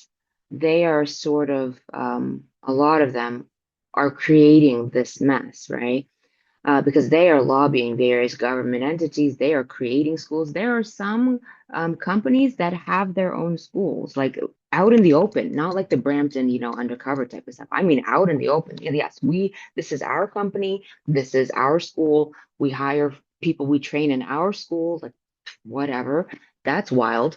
Um, but the carriers are very much a problem too, especially when it came to immigration. They were really, really working hard to get everybody over, and they were benefiting because and again, this is everything I'm saying is my own students, my own instructors, the companies themselves, all of that sort of stuff. Everything I've explained today is all real life. What they were doing when the big immigration boom started a couple years ago is they would make arrangements to get an LMIA for some potential driver. Okay, whatever an LMIA cost them, they would like freaking times 100 that. Like they were making bank just off the LMIAs. And then, of course, they have their own lawyers and all of that sort of stuff. So for work permits, for all the documentation. So these guys were already indebted to the company in like tens of thousands of dollars just for getting the documentation to work and live in Canada. Then um, they would say part of the agreement is like, okay, so we'll help you get your AZ license. We will pay for your schooling. You just pay us back when you start working. Okay, that's the way it worked. But here's the problem. Schools were not notified of this. The CRA were not notified of this. So the companies were writing off the expense of training, so they were pocketing all of that. They were, covering their butt of whatever expenses they had, And whatever then debts getting they it had and to then the getting it CRA back out of the driver. in cash. Cash. So there's no trace. Okay. So there, for tuition, there's a specific form for tuition that you can file when you file your taxes at the end of the year. You're able to write a little bit something off so they can, help. It helps if you owe anything, right? Give you a little something back. Um, None of these people were able to get that tuition form because the invoice was made out to the company. So the company got the tax break, not the student, and the student still still lost money, still paid off the company. So that's the other thing, everything you talk about, I mean, I know you understand, but it is a massive web. And it's not just the Brampton folk. All these carriers involved, the government's involved. How do we unpick it all? And will there be any good schools left standing? Will there be any good truckers left standing by the end of it all? Right. Is my big question. Yeah, that is a big question. And I think that's a good place to start winding it down. Damn, I've had you here for 2.5 hours, Anna. This has been pretty epic. But I mean, this web, and like you say, I don't want you. I'm with you. I don't want to pick on the Brampton people or any other ethnic group. When I started writing about this stuff, it was more of a question of corporate welfare, right? Like Yeah. trucking companies in the United States had grown so accustomed to CDL schools they owned or they got students from getting money from Mm-hmm. state, feds, municipalities, direct subsidies because they kept saying, "Oh, there's a shortage of drivers." Well, Mm-hmm. before the driver candidate pool became insourced labor from other countries in the last Mm-hmm. decade, especially in Canada and more recently here in the United States, it was locals, right? And so they would just Mm-hmm. keep trying to go. I had a friend of mine in Texas tell me that there was one local unemployment office that would cut you off your unemployment benefits if you refuse to go to truck driving school, right? So you're trying to take people who are already proving themselves to not possess the correct work ethic, the correct drive, the correct frame of Yes. mind, the correct self starting attitude to be a truck driver, and you're trying to Yeah. force them to be truckers. And the government was Mm-hmm. paying for it just so that they could say, we're giving you a job. In the United Mm-hmm. States, there's this cult of jobs. Any politician that says, I created a job, that's social capital to get voted in the next time there's an election. So it becomes this political incentive to just throw money at truck driving schools. And nobody ever asked, where are all these truck drivers going? Or Mm-hmm. why is the shortage never being solved? Right? Yeah. They've been talking about a truck driver shortage in the United States for 40 fucking years. It fluctuates though. Sometimes it's 30,000, sometimes it's 40,000. I've heard as high as 50,000. Oh, and It here really it's like depends. 80 to 160, and it's Yeah. perpetual. It just keeps happening. Nobody asks Mm-hmm. why they quit. Nobody asks why. Nobody says to the trucking companies, no politician that I know of in the United States or Canada has gone to one of these, a committee, a bill being proposed, whatever accounting meeting where they're handing all this money out and says to them, hey, trucking companies, how come you're not keeping any of the people we've been paying you for decades? Why is the Mm-hmm. taxpayer on the hook for this? Right? This is not, again, Mm-hmm. you're correct. This is not about the Brampton people. This is not about the immigrants. This is not about any group of people. This is about why is the taxpayer being asked to pay for this shit? constantly. Yeah. Why is the trucking industry not doing anything to fix the industry, fix the detention, fix all the problems in Hmm. it, pay people more, get them to stick around? Nobody ever asks those questions. It's just assumed that it's a shitty job and it's never going to get better. And we'll just keep throwing bodies at the question. I've been asking this question for 9 years now online, Hmm. and nobody cares, right? This is the problem, Yeah. is nobody cares, and it's free money. And now we have all of these like ethnic gangsters that have figured Hmm. out, well, there's a big fucking scam here and we can skim off the top of it. And now we've figured out indentured servitude programs, and now they're just making everything worse. We took like a Hmm. an isolated problem to one country or two countries in one industry, and we've made it global because nobody here wanted to fix it, and nobody here wanted to honor guys like your dad or my uncles, real professional operators that were really good at trucking. Nobody wanted to honor that. Nobody asked them, hey, how is it you guys made this successful? How is it you guys had safe, long, prosperous trucking careers? What do we need to do to make it to make more people like you? No. Yeah. Get it done as cheap as possible, and any cost associated with doing it that way will externalize onto the public, the taxpayer for trading, insurance companies for all the messes we make, and then in lives and the people that get killed because we don't care. And I am fucking Hmm. tired of it. Yeah, I agree. I will say the unfortunate thing is the number of these big companies, carriers, has quadrupled year over year. But there do still remain a handful, like I don't know about the US, but in Canada, a very, very, very small handful of very good carriers who just do their own thing. Profit, loss, doesn't matter. They are just, it's in their core. Since 1957, grandpa built this company. The entire family continues to run it. Yeah, Those still exist, but they're yeah, very few and far between. they And how are. much longer are they going to last? Well, this is it. We need more of that. I grew up in that company, right? So you said 1957. Shout out to Earl Paddock Transport in Stony Creek, Ontario. Earl Paddock started in 1957.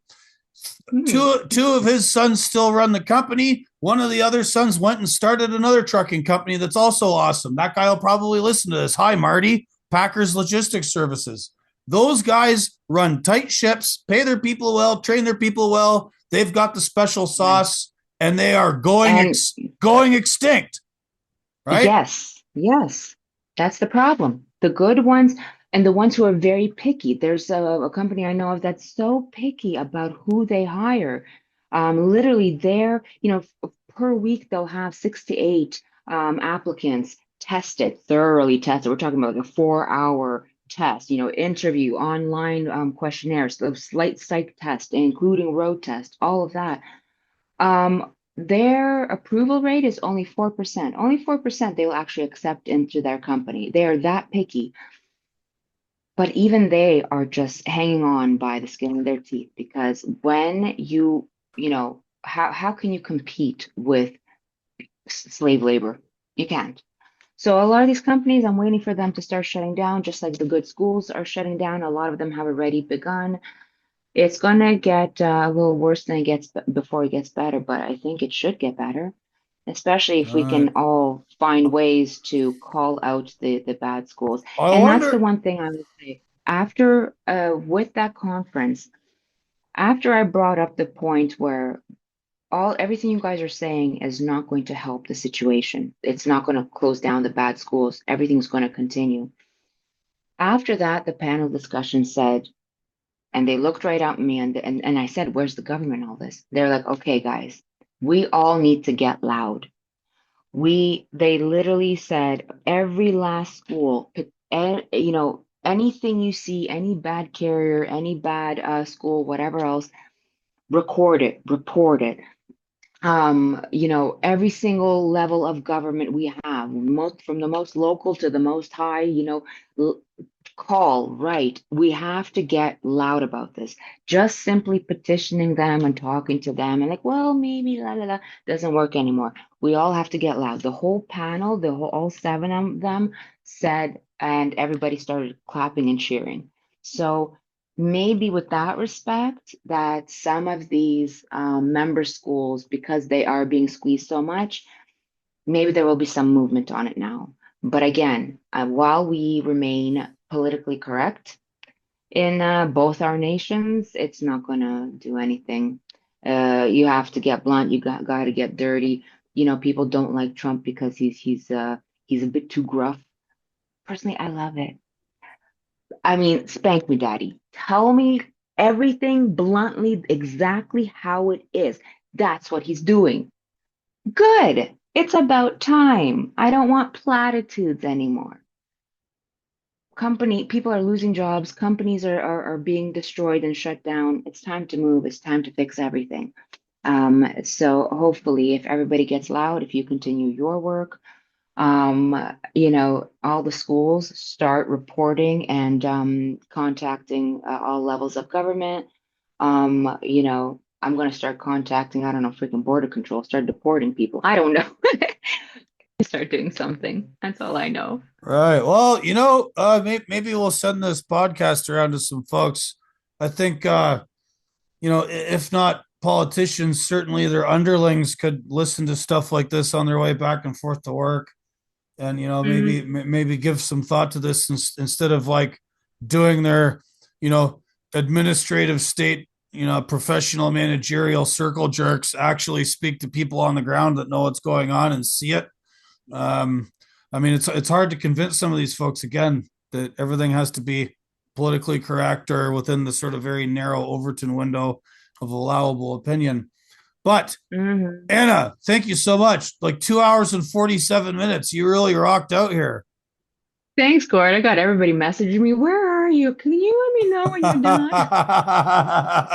Well, I'll make it worthwhile for Patience. them. You can when I have this all edited and uploaded here in another week or two, I'll get it to you. You can give it to your students, give it to your associates, whoever. I mean, I know you want to sort of remain anon, so let's see how far it goes. But anyway, I really appreciate your insights into this, and thank your dad for choosing Canada and for being one of the sort of good truck drivers and an example to our community and our industry.